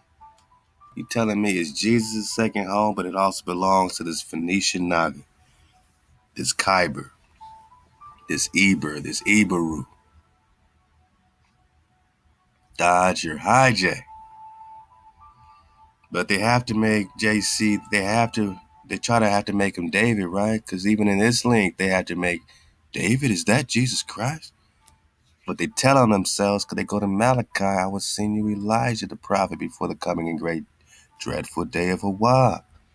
And go get that Prester John drop. I think it's 54. And we dug on Elijah and, just the whole breakdown of Elijah the Tishbite, the wandering, and this connection with this Melchizedek flow, this Prester flow, this David flow, because we connected it with this John the Baptist, who's being called Elijah, and who's Johnny the Baptist baptizing in the fountain, in the water, in the fountain of youth, turning his tribe back to the age of 32. So the real Johnny the Baptist is Prester John, is Elijah. He did.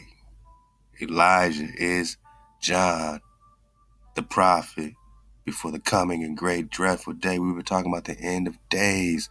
One shepherd, right? Yeah, man.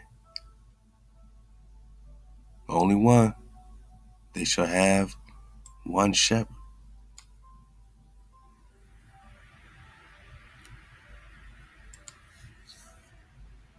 So don't let them hijack you with their JC. They got to try to mingle them in. So you click on Britannica and all they're going to give us is New Testament hijack. Man, ain't that something? You wouldn't even know what to look for. We wouldn't even know what to look for. But you know what, man? You know what? That's cool. That's cool. Because now that we know that Capernaum is Kabari, is Kafira, is Capri, is Kheever, is HEBER, is Kheeber, Khyber, is Kheeber, Khyber, is Kheeber, is Copper, is Capernaum. Now that we know that this is a biblical place and that it's supposed to be the home, they had to make it the home of JC because it's Judea, my not.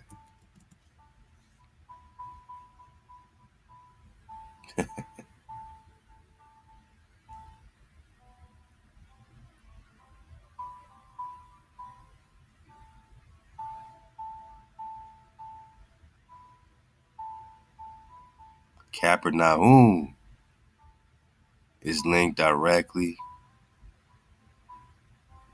This Naum, who probably lived as far south in Judea, my nani. It has everything to do with Judah or Utah, right?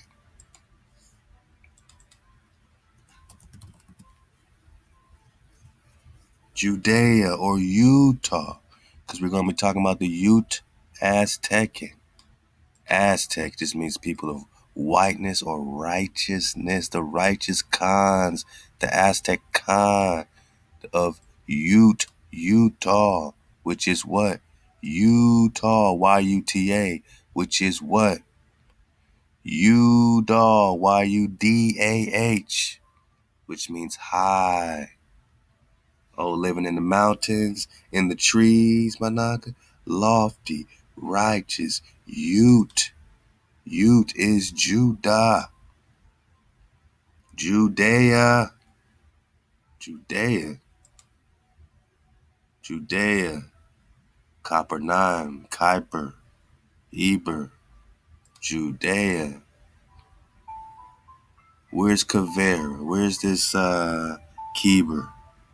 Where's this Kuvera? Where is Quivira? Where is Quivira? I'm pretty sure I found a map somewhere of old Quivira.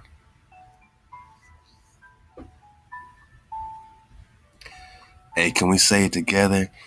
Ania. Ania. You see, the anion connects with this Bering Strait. See, this area here is supposed to be this area right here. Prester John is guarding this wall, right? Right? Which way is the Genghis Khan invading from, man? My Naga, this is in the British Museum. So this is the Strait of Anion. Right here, what they call the Bering Strait today. Right here. El Stretto de Anion. Anion, right? So this will be the West Coast, right? This will be, Pacific Palisades, PCH, California, all this stuff. Now look at what we got here. Quivera. Regnu. So there's a kingdom under the same title, Quivera. The same spelling, same title. And they are linking the Kuvera or Capernaum with Judea.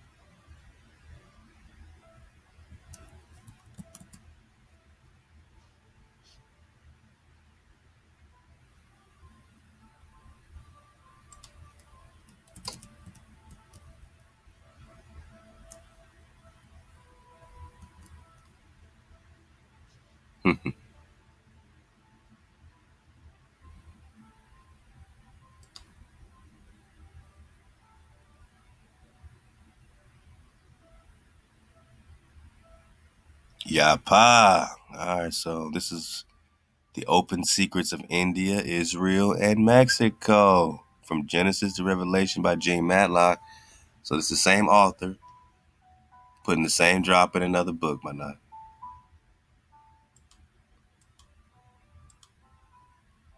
Uh-oh. Uh-oh, boss. I'm so glad I got this so you can see it. So you know I'm not making shit up. All right. What I'm reading, you can see the drop right here, right? Oh my goodness. You can see the drop, right? You can see the drop, right? Oh, uh-huh. Hey, Halal HaWah. Halal HaWah. I'm just surfing the wave, putting stuff in, putting the right things in, asking the right questions, my Naga. The Kheeber, its region is wealthy and abounding in rubies. Gold is found. Where's gold found? In Kheeber? Or Kuvera, which they spell Quivira, Quivira, right? Quivir. Okay.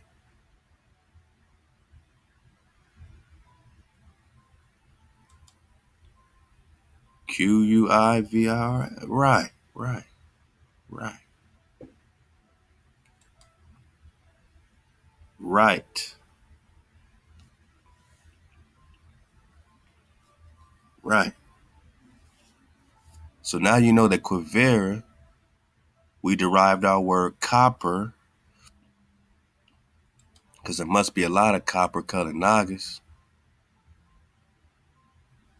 Must must be a lot of copper colored Nagas around here, my Naga. Holding down the region. I mean, we're talking about the 7 cities of gold, which is going to connect us with the Cibola or the Kalelus, which means promised land. But the Cibola is also Sheba. Now they're going to turn Sheba into the god of Shiva, because Shiva is really a mysticism mythology around the actual Sheba and the land of Sheba. Then they have deified it, just like they did. What does it say on page 6? Back in the Indian once ruled the America book, it says around 500 BC or earlier, a brilliant deified Phoenician Naga named Kuvera or Kuvera. So they deified the Naga. They deified the Naga. Hold up. Which one had the Kuvera drop? Okay, okay.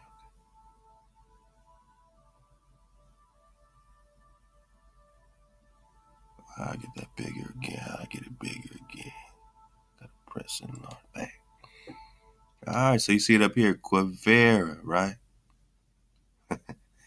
And back then these U's and these V's are interchangeable, man. It's like in the sound bath, man.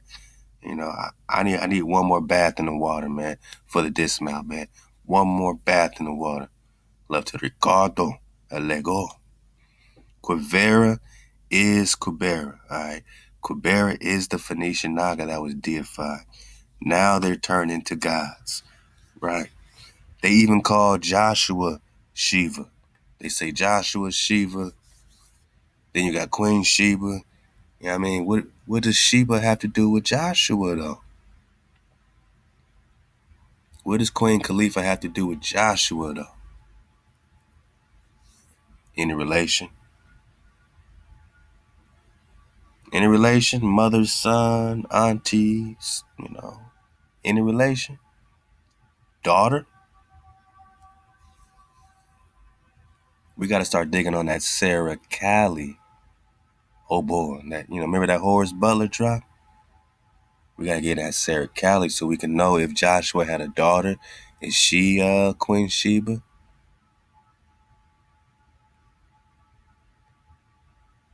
Is his mama queen? Are they related? So this is an American thing, right? This is all right here, my Naga. This is all the same spot. Prester John, the Phoenician deified Naga, right? My Naga, we are still right here, right? Okay. Stay with me for the dismount. So they derive the word copper from Kuvera or Kheeber. They say the Bulgarian king who became India's god of gold. Didn't they just say that he was a deified Phoenician Naga? Now he's a Bulgarian king. Let's go. God of gold. See, because he got so much gold, he's deified as the god of gold, man. Come on, man. I know without investigating that I'm going to find immense deposits of metal ores in the region, especially of gold and copper. Afghan. I keep want to put you in Afghan. But how can this be Afghan when Quivira, or HEBER, or Kuvera, or Kheeber, or Quivira, or Capernaum is Judea, is Quivira, is Quivira. Body bag for the illusion. This is Judea, which is why Prester John is right here, the Grand Khan, holding down the Grand Canyon. This is Judah, which is why Utah is Udall. Body bag for the illusion. Bang, bang, ping, pow. This is Judah. Quivera, Kheeber, copper, HEBER, Hebrew. Why did Columbus bring a Hebrew interpreter? Why did Columbus bring a Hebrew interpreter to find you? In Antioch. This is where we got that map from. The mythical Straits of Antioch. The mythical Straits of Antioch. The Straits, right? The Bering Strait, right? The mythical Strait.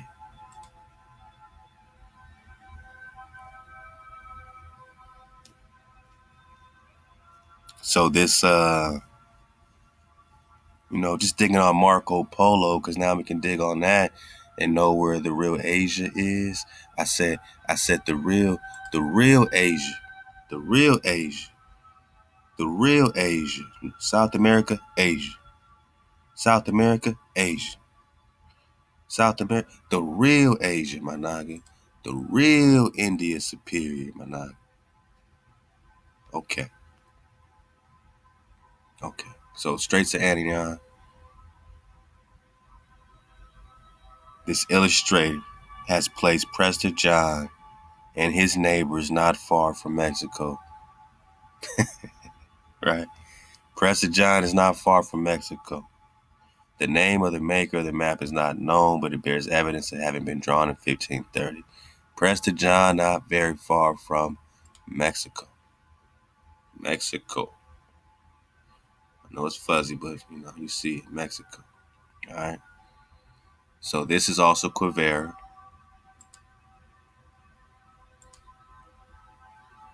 Okay. So what does the Prester have to do? Why is the Prester? Why is the Prester over this area? Why is the Phoenician deified Naga god of gold, they said, right? Holding down the Anion, my Naga.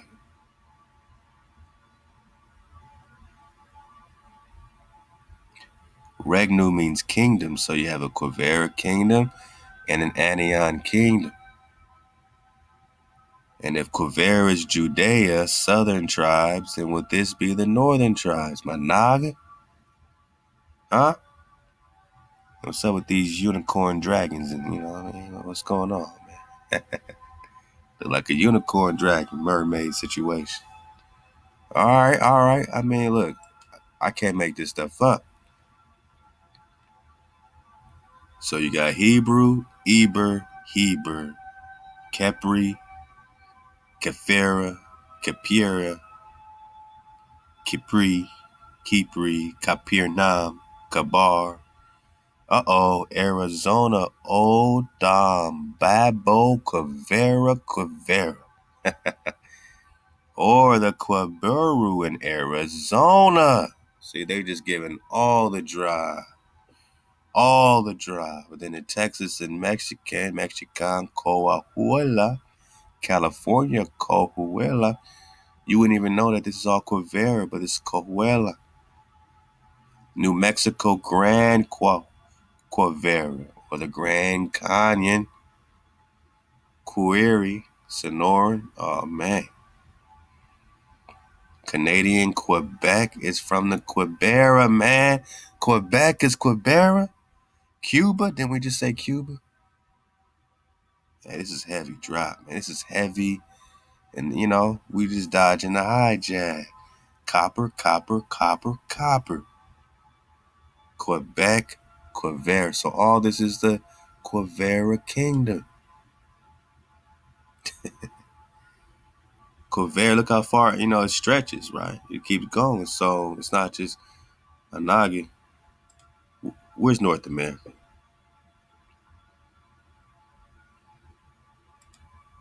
Where's North America? So you got Quivira that stretched all throughout this Mexico, Texas, all that stuff. Antioch, and they all rock together. Now we're just talking Shiva and Sheba, right? And I'm gonna get a couple more lines for the dismount, but I want us thinking with orientation and how that we can connect HEBER with Hebrew with this Deified Phoenician Naga Kheeber, which is Quivira, which is this Capernaum or just Judea scenario, you know what I mean? And we're just waking up out of a real deep sleep, man. Are you waking up from that Ruach tardy ma? You been tardy with that Ruach, man?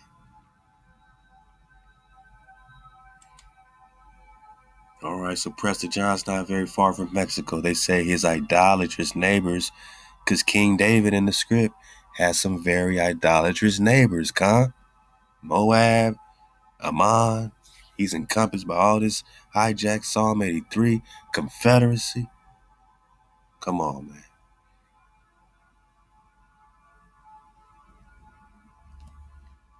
Y'all still got the fire burning, man. Y'all still got the fire burning.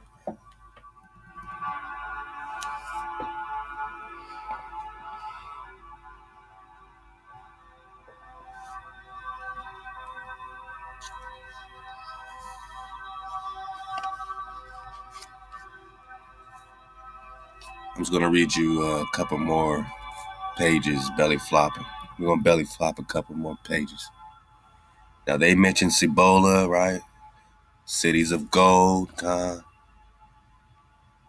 on page 29. When the foreign Judah warriors were visiting or ruling what is now American Southwest, they were impressed with the abundant crops of corn with which the Pueblo Indians were able to wrest from the dry desert soil. In ancient Hebrew, Phoenician, Aramaic, and other Semitic dialects, the word for ear of corn is sibol, or siboleth, or sibolah. The Judah, told the Aztec and others about the wealthy 7 cities of Cibola. So they want us to think that some people from Little Indian under the title Judies came over here to India Superior and taught the indigenous Naga in the land of Prester John about the 7 cities of gold. Stop it, man. Just stop it, man, because now you're just being silly, Gene Matlock. You don't have to do all that just to try to connect Cibola to Little India. Not when Cebola's all over the maps already in big India. You got all these links, man. Pull them up, man. Click the links below. That's what they're there for. Click the links below, because that's what they're there for. Let's pull up that Forbidden Histories of America. I mean, it's going to be the best dismount of all time, man. Where I put it at. We're getting leaky. We're getting leaky a little bit.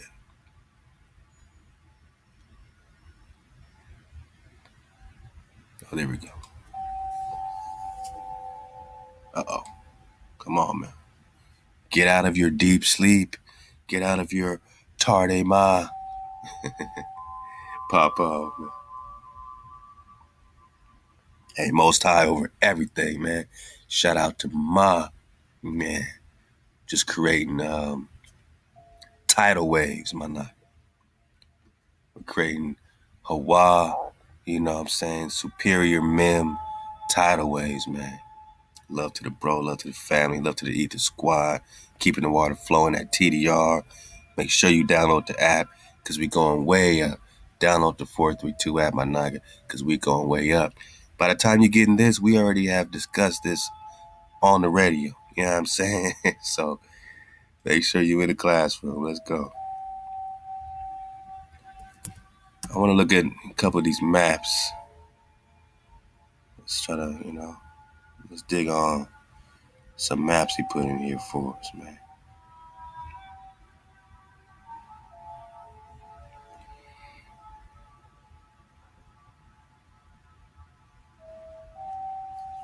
Bang! Right there, right? So this book is called The Forbidden Histories of America by Daniel Lowe, talking about the Utah history. He also has a book called The Treasures of Utah, which we read every Wednesday night on 432thedrop.com. And he has a book called Deified North that we read every single, Monday? Every Monday. So get the drop, my dog. And the Prester hour is back. I mean, we popping off all the way up. Now you see this word septim. This means seven. City, sita, right? Okay.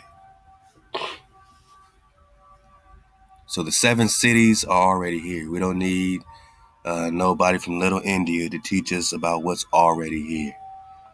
Sevola is Cibola, which means promised land. And we see it popping up on all these maps already in Southwest United States. Cibola, Cibola, Cibola, Cibola. Granata Nova. Now you got to know the importance of this granata. It's from the pomegranata. Pomegranata means what? Granata is pomegranata, which is the Riman. The Riman, my Naga. You know what I mean? This is connecting this promised land, Roman, but this is your title. They take the title Roman, they take the title Romani, but you are the actual Romani. That is you. Oh, there's 7 species of Whoa. The pomegranate is listed in the Torah as one of the 7 species of fruits and grains that are special products of the land of Israel. So,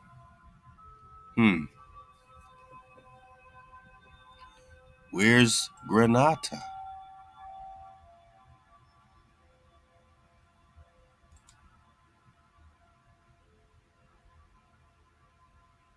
Who are the Raman? See, this is where we part ways with this author, because he wants, the Roman to be some white people or some white kingdom. But the Raman is the Roman, is the pomegranata. This is where Roman is. This is Roman, man. And we dodging the hijack, because we are connected to the 7 cities of gold. We're talking 7. We're talking the land of Israel. It's got nothing to do with Shiva. Everything to do with Sheba in Kabar or Kheeber or Quivira. Kingdom. Quivera. Kuvera. That is HEBER. Who's the HEBERU? Naga, that means they found you in Quivira. Where's that? The land of the Prester. Land of Prester John. Anion or Anan. Anion or Anan. Or the river Arnon. Because you remember, Arnon is Anion. And when you try to search for, the Arnon, the biblical Arnon, you're going to get a whole, remember, they switched all the Arnons or Anions to Arnon, so you can't look for Anion. You got to look for Arnon. But originally, it's just Anion. But you want Arnon, right?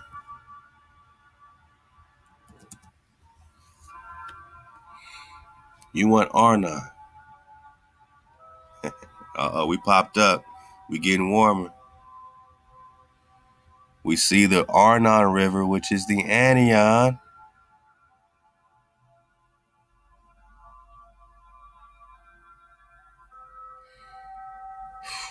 Strait of Anion is the Arnon. I wonder if they're going to switch it up too, because the other ones, they took the link down. I wonder why. But you see what they're showing, that the Arnon River is the Anion. And, go back and get those drops on the importance of the biblical Arnon, discussing the borders between Moab and everything else. I mean,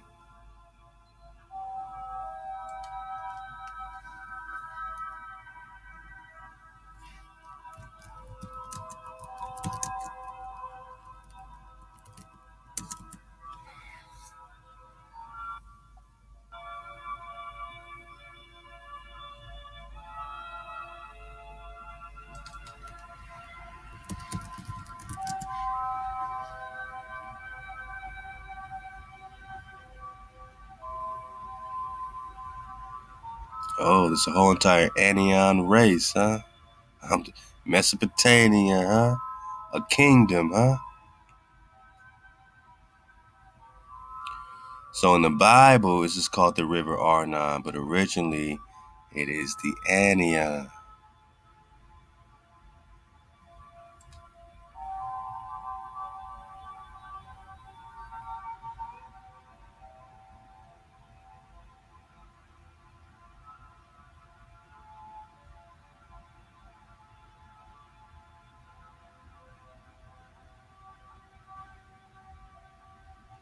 Anion or Anion is also Arnon. Wow. Watch this, man.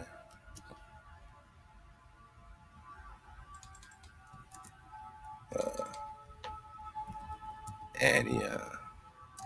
Arnon.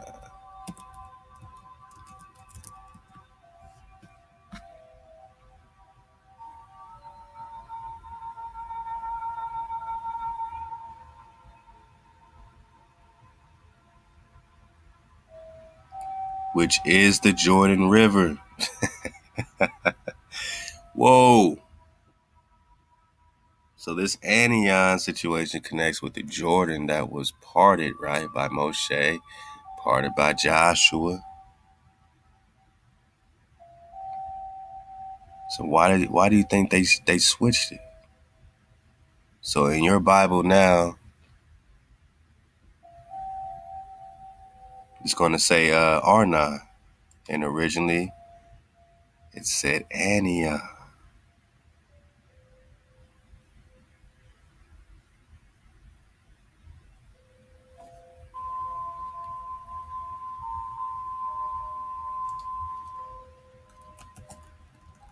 And this is, I mean, every time I go over this, it's just phenomenal that we catch them slipping.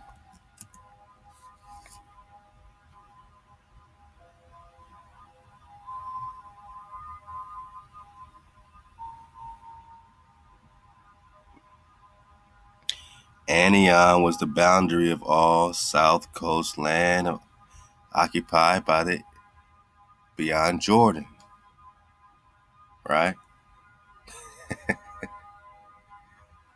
Extends from the Arnon, all right, on the Antioch.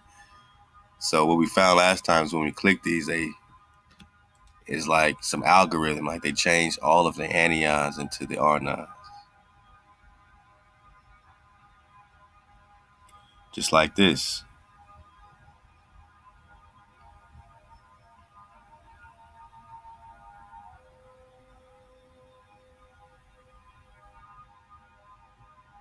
You see all these Arnons? You don't see no anions no more.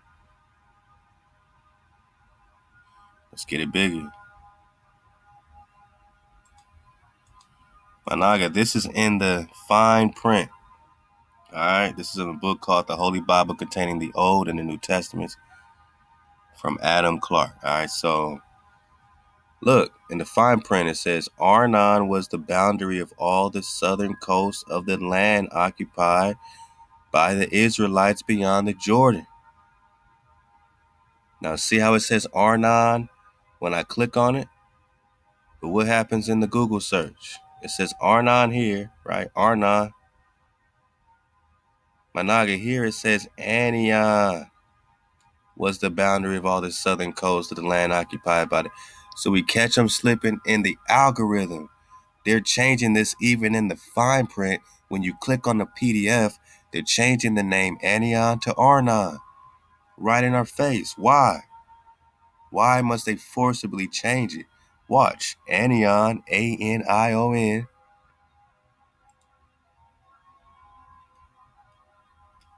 And in the fine print here, what do you get? Arnon was the boundary of the south coast. Arnon. But back here, Anion was the boundary of the southern coast. Anion. Managa. Anion is Arnon, but they changing it to Arnon. Why? Because they don't want you to know that we're just talking Anion, which is the boundary, right? The boundary. So where's the Anion River? It's the boundary of the southern coast. So it must either be dividing the northern and southern tribes, or like the biblical Arnon, right? So now we're just going to put in biblical Arnon. Now that we have confirmed Arnon is Antioch, and that they're switching it right in front of our face. So you just take out the R and you got Anan, like Anan ben David. We've been digging on that with the exilarchs. Who wrote the code Sefer HaMitzvah? Arnon is Antioch. And how important is it? Mentioned in Numbers 21 as the border between Moab and the Amorites, valleys of Arnon.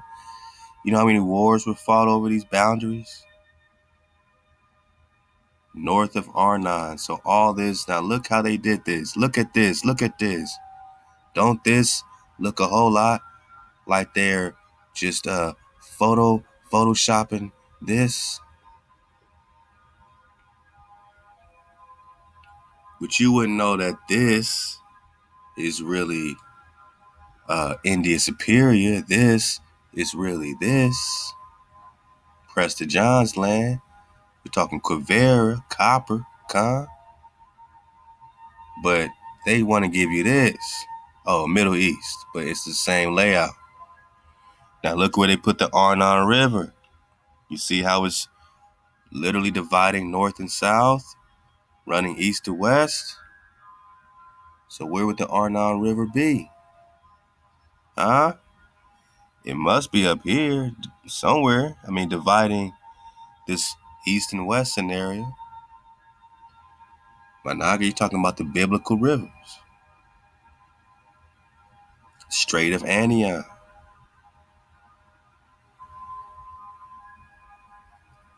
Arnon. Or you talking Ania?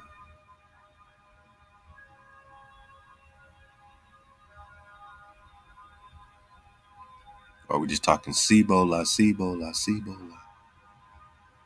Man, for the dismount, I told y'all, man, let's go. All right. So we talk 7. We understand that this is, connected with this Sheba. We're about to get that as well. We're just talking about Cibola. All right. Let's go. Let's go. Let's go.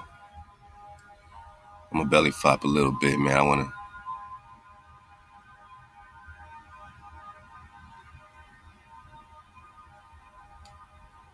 First of all, remember something, man. Remember this, man.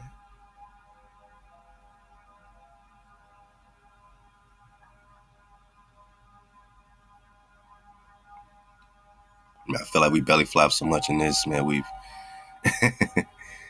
gotten pretty good at navigating, through this document here, man. We got to get back on these Chiapas too. Chiapas. All right, when you talk Cibola or Sheba, it is Kalelus. So there's a guarded secret. This is called the Forbidden Histories of the land of Kalelus or Cibola. So Cibola is interchangeable with Kalelus. They talk Roman Jewish colonies. We're talking Hebrew Remans, right? Reman in the land of Israel. So that's what we're putting together in the Forbidden Histories. That Kalelus is Camelot. King Arthur's Camelot is Kalelus. King Arthur is King David. Cibola, Cibola, all over the maps, right? All right. Belly flop for the dismount.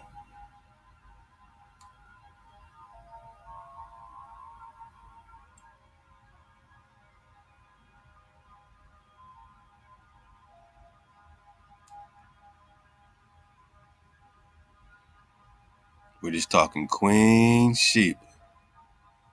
And you're talking the king of, Septimania or the 7 cities, or the king of Shambhala, which is also Sheba. Shambhala, Cibola, is all Sheba. And some beautiful, magical artwork here.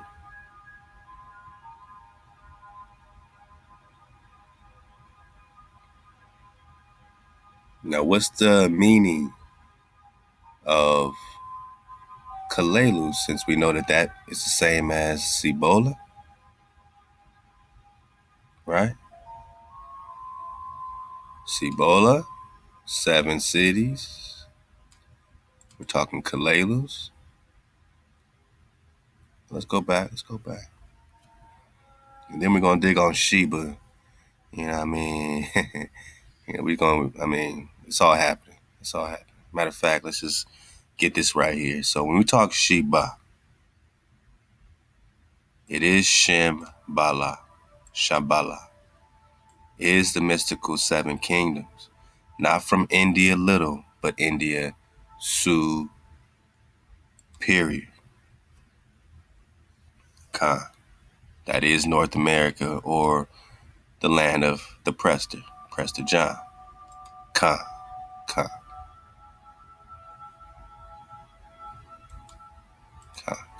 I mean, we gotta get our water. Got to get our water. Now, we just talking Quivera, which is this deified Phoenician Naga. We're talking Shambhala, which is the kingdom of this Prester priest.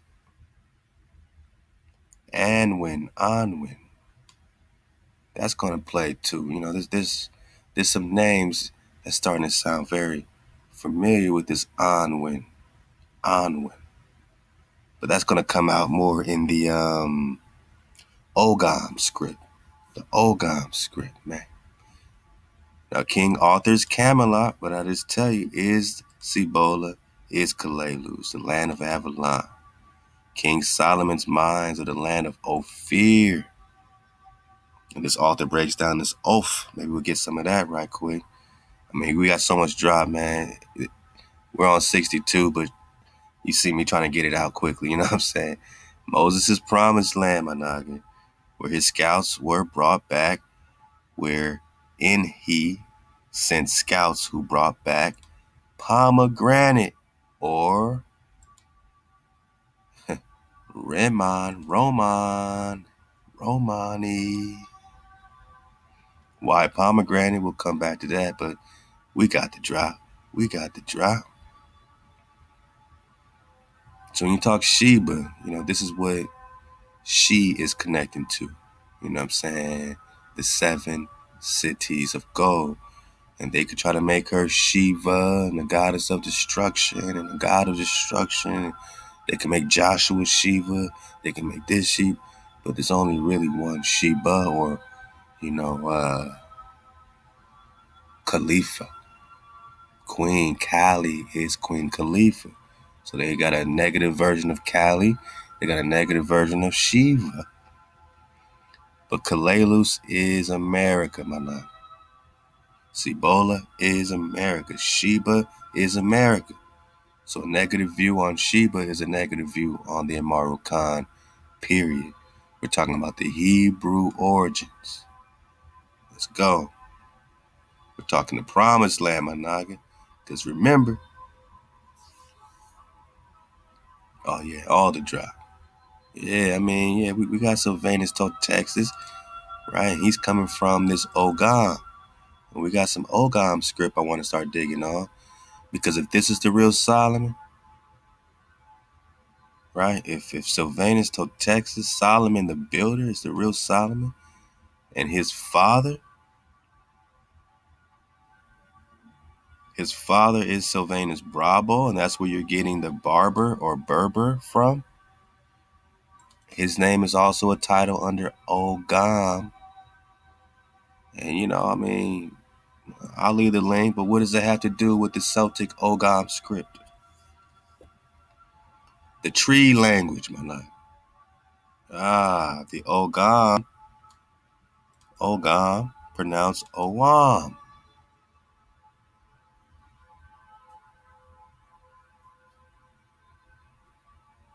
It's all coming together. Owam. Ogam.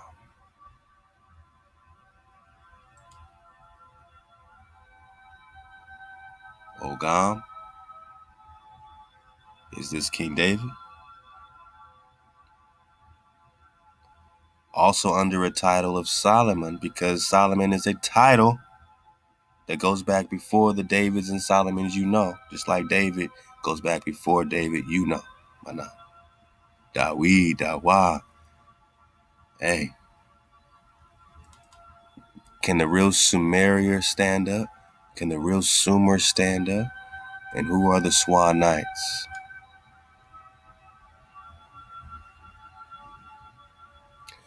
Who are the Swanites or the Barbers or the Brabos?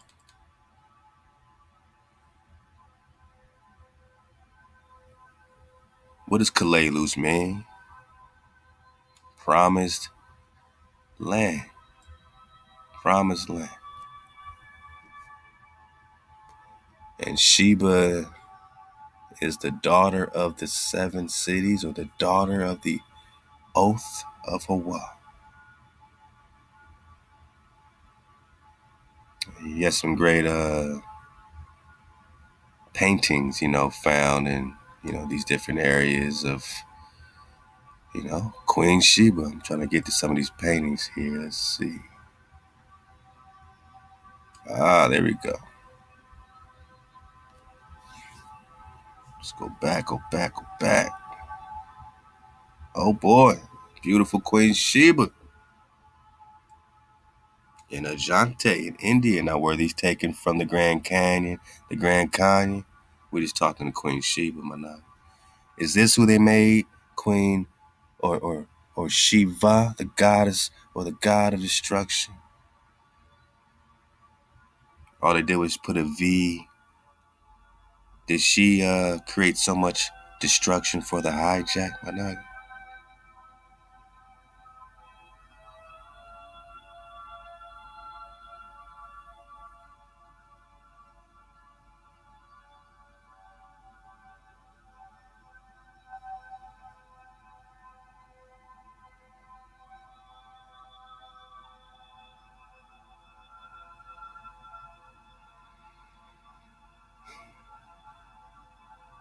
Bathsheba.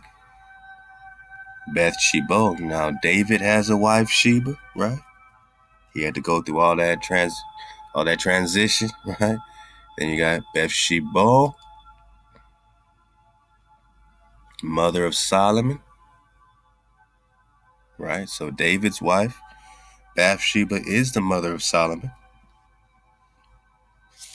But then you have Solomon's wife, and then you have the daughter of the oath, the covenant. So her name translates to the daughter of the oath or covenant, or the daughter of the 7 cities of gold. Hey, look out for the Cities of Gold series coming in hot, my Naga. We back, man. We back. So the Queen of Sheba is the covenant or the 7. And that's why on these maps you see that sept, because the sept literally means 7. Child of Shem. So when they try to hijack it with the Hindu and Little India, you know you already are in India Superior, in the land of Shem. And what's Ophir got to do with it, man? What does Ophir have to do with it, man? Hey, man, shout out to my queens, man.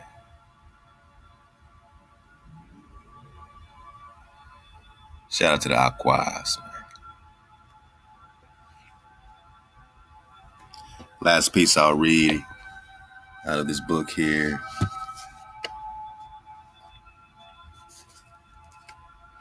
We just getting the drop, my knock. Just getting the drop. And there's so much more. We'll pick up and, keep studying through these, what their version. This is their version. Even with their devas, you change that V to a W, you're back in the Dawa, or Daweeds. And this is a title that the sisters were carrying, and the Amazon High Queens as well, connected with David. You got a bar. Now we said the barber, the Bravo. They say the BAR. I'm on page 39. BAR or the Burr means selected. So the barber or Bravo means chosen, my Naga. Selected, chosen. Can you dig it?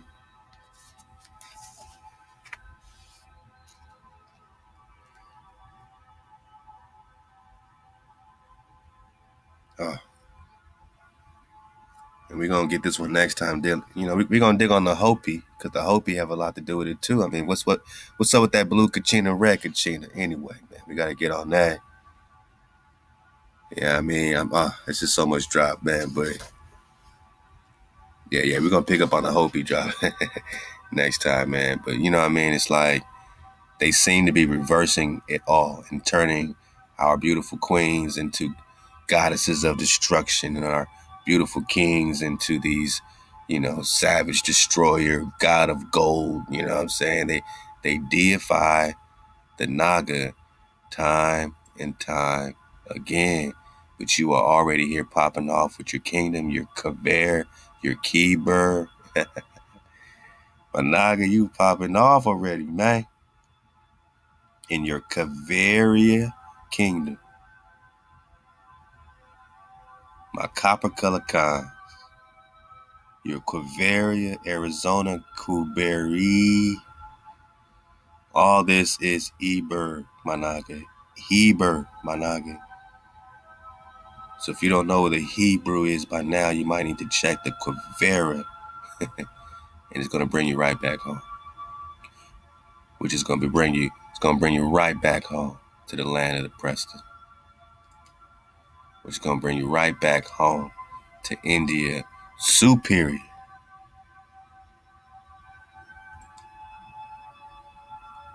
We're talking Queen Sheba.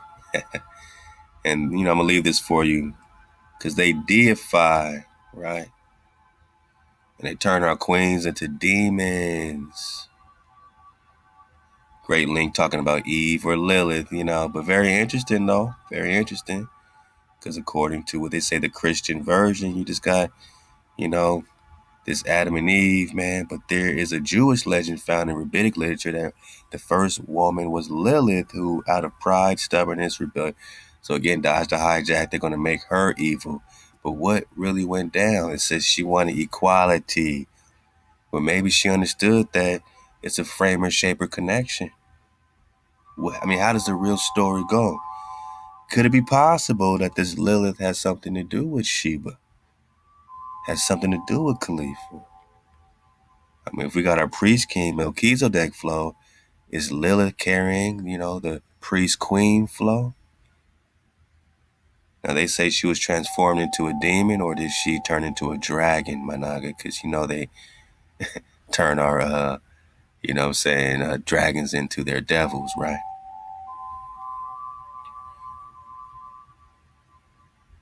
There's only one reference to female demon, but not explicitly to Lilith, is found in a passage in Isaiah in regarding to the punishment of Edom. And the wild cat shall meet with jackals, and the satyr shall cry to his fellow. Yeah, the night monster shall repose there, and shall find her a place of rest. Night monster, huh? So we're talking about a female demon, or are we just talking about who they would call a goddess of destruction, right? Uh-oh. Wild cats shall meet the hyenas, goat demons shall greet each other. There too the Lilith shall repose and find herself a resting place. So she's resting somewhere. No other mentions of Lilith in the Old Testament, they say. Now here's, the story they try to give, that she, you got creation, right? So you got most scholars now believe Genesis has two versions of the creation. The style of writing in Genesis 1 is different to 2 and 3. We even talked about that. Johanna to Hebrew Prince, love to the bro, popping off. Genesis 2 and 3 is written in a more storytelling style. All right.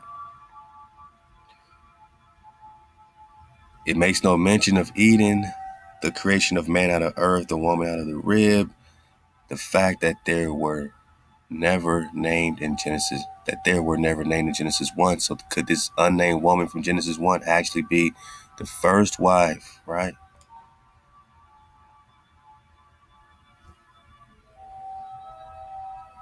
It would seem that Eve was created from Adam's rib, but not the first queen.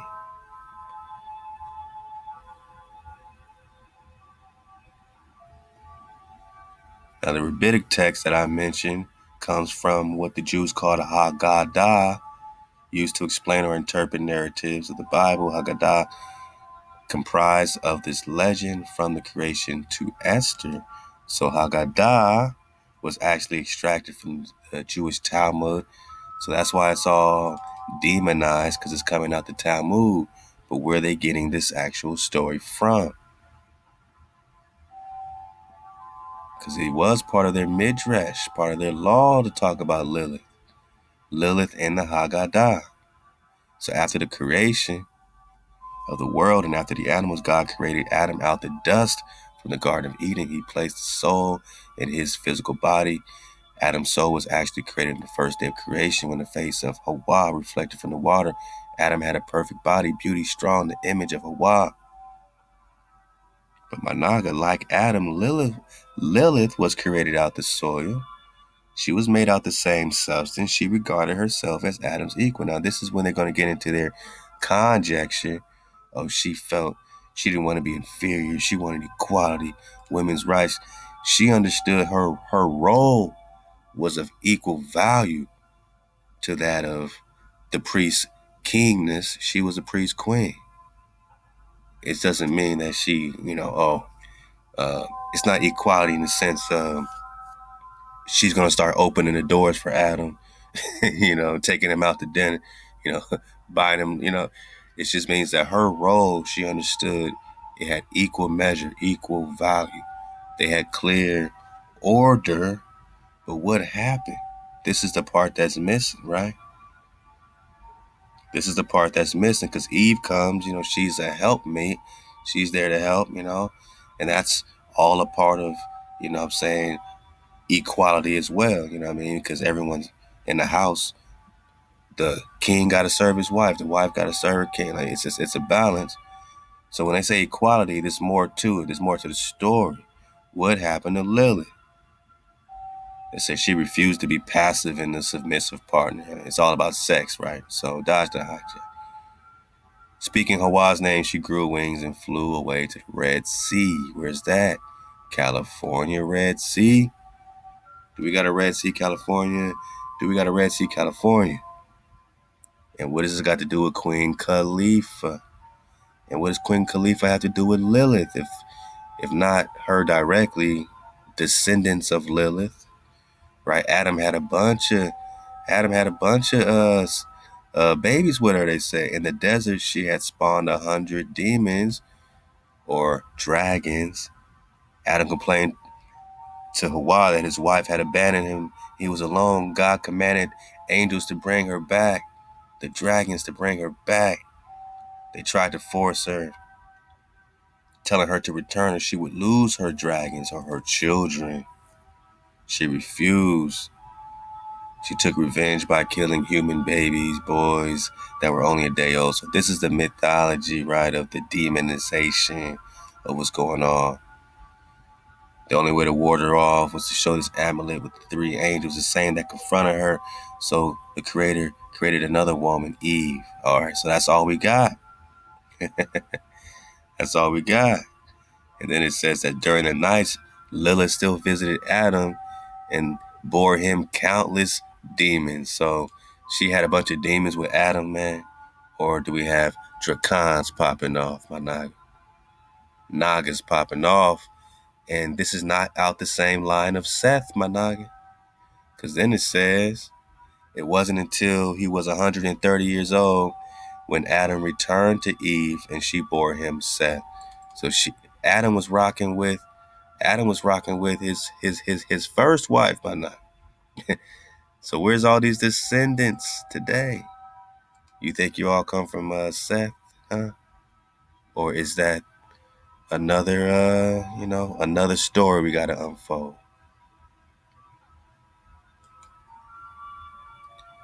We'll get on this link later because this is another link showing how they turn her into a demon, right? And they say, oh, Hebrews worship Shiva, Lord of the Sabbath. Now watch how they try to tie Shiva into the Sabbath, only with the number 7, right? Because Shiva meant 7 throughout the ancient world. But so does Sheba.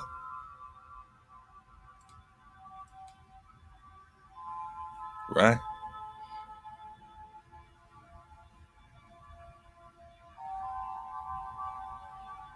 So does Sheba.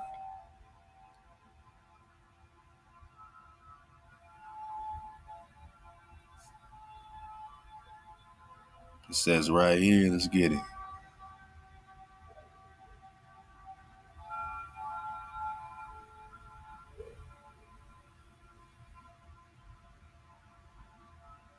Yeah, we got to dig on that oath for, man.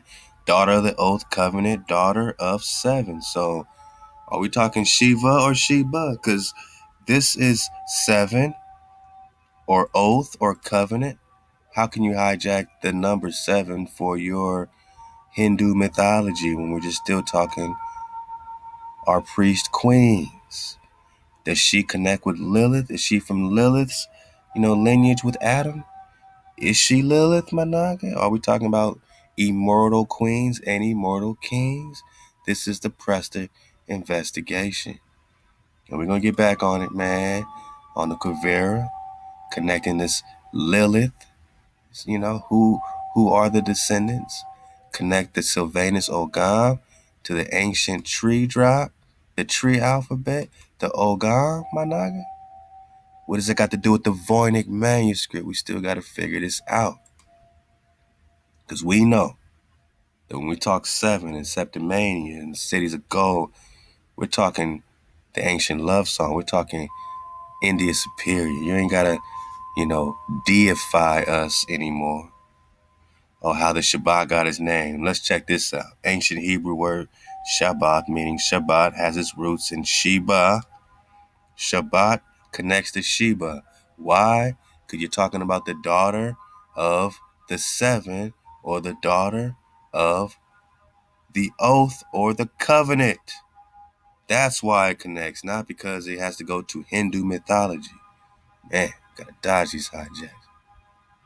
So we know that Sheba means seven. Okay. Sabaoth, right? You see oath. Oh, meaning the military lord of hosts has its roots in Saba, which also transliterates as Sheba, Seba, pillars erected to God in the Torah are named as Seva or Sheba, or the seven. Now, he says both variants use the name Shiva or Siva. And that's it. This is all the proof and evidence they're going to get to connect the Sabbath with Shiva. After that, we're going into, all these other things. Kana, right? All these are supposed to be derivatives, but even Baal is a title of Lord. Now, which Baal? Adonai, titles, my God. Elkan, titles. And they take our titles and they deify them and they give them back to us and say that it's ancient Sanskrit. But Shiva can't predate the Ba of the Paleo Hebrew. So you got the drop. There's actually a lot of drop in this too, when you learn how to reverse. Sheba is easily rooted in Shabbat. Easily we recognize the ancient Hebrew is comprised of consonants, just as Sabah, easily seen as the root of the word Sabbath. If we examine ancient Hebrew terms and the names connected with the Sabbath, however, we will see that these correlations are not simply superficial or coincidental, but they provide specific documentation of Sabian tradition that give birth to original Judaism. But the Sabah is the Sheba, and the Sheba is the daughter of the oath.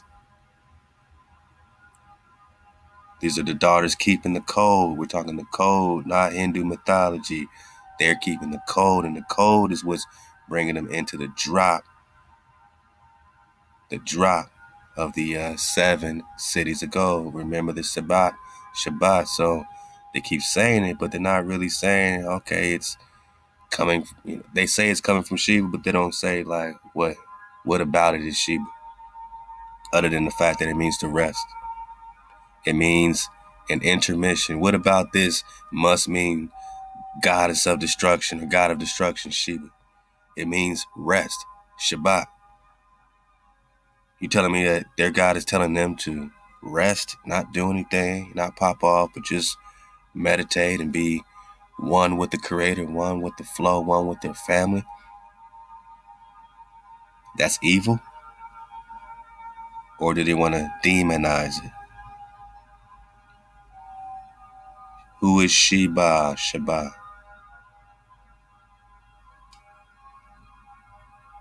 We can easily see, moreover, how the term Shabbat is related to numerous other words which reflect the seventh day. Okay, so how is that hijacked?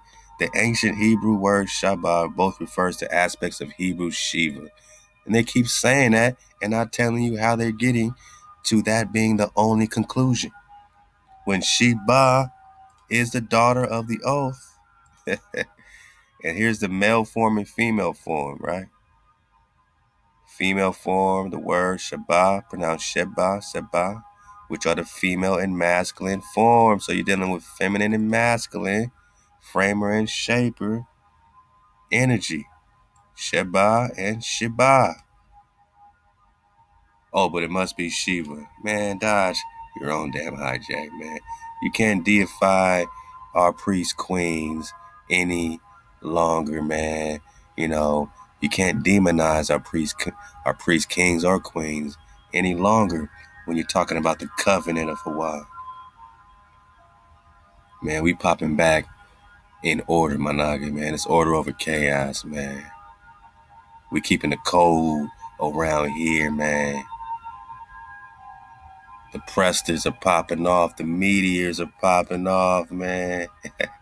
That part of your neck is popping off because you mad. Because you are the dragon. The meteor, the Prester, the meteor, the Prester, the meteor, the dragon. The fierce person towards the hijack, the violent person towards the hijack, male or female, this man or woman, man, Sheba is a dragon. Hey, did you wake up yet out of your ruach? Tarde my nigga, my naga? Did you wake up out of your spirit of deep sleep? Awake, awake, man. It's time that you know HeBER exists. Udall is so very high. And your HEBER or Kuvera, your Quivira is HEBER. Oh, the Phoenician Naga, my Naga. You know what I'm saying? California, Kohila is Quivira. And my Nagas, you surfing the wave in Anion, Anion. Who is Prester John? The Wada for digging on the 62nd installment of the Prester John investigation. Hey man, keep the water flowing. You dig? Keep the fire burning. You dig? My Naga, this investigation is for you. This investigation is for us. This is for the whole Drop Nation. In the end of days, in the end of days, in the end of days. For the children of Israel have sat solitary many days without a Khan, but afterwards you will return, seek HeBER and Khan David, and shall come trembling into HeBER, into his goodness, in the end of days. Halal HaWah.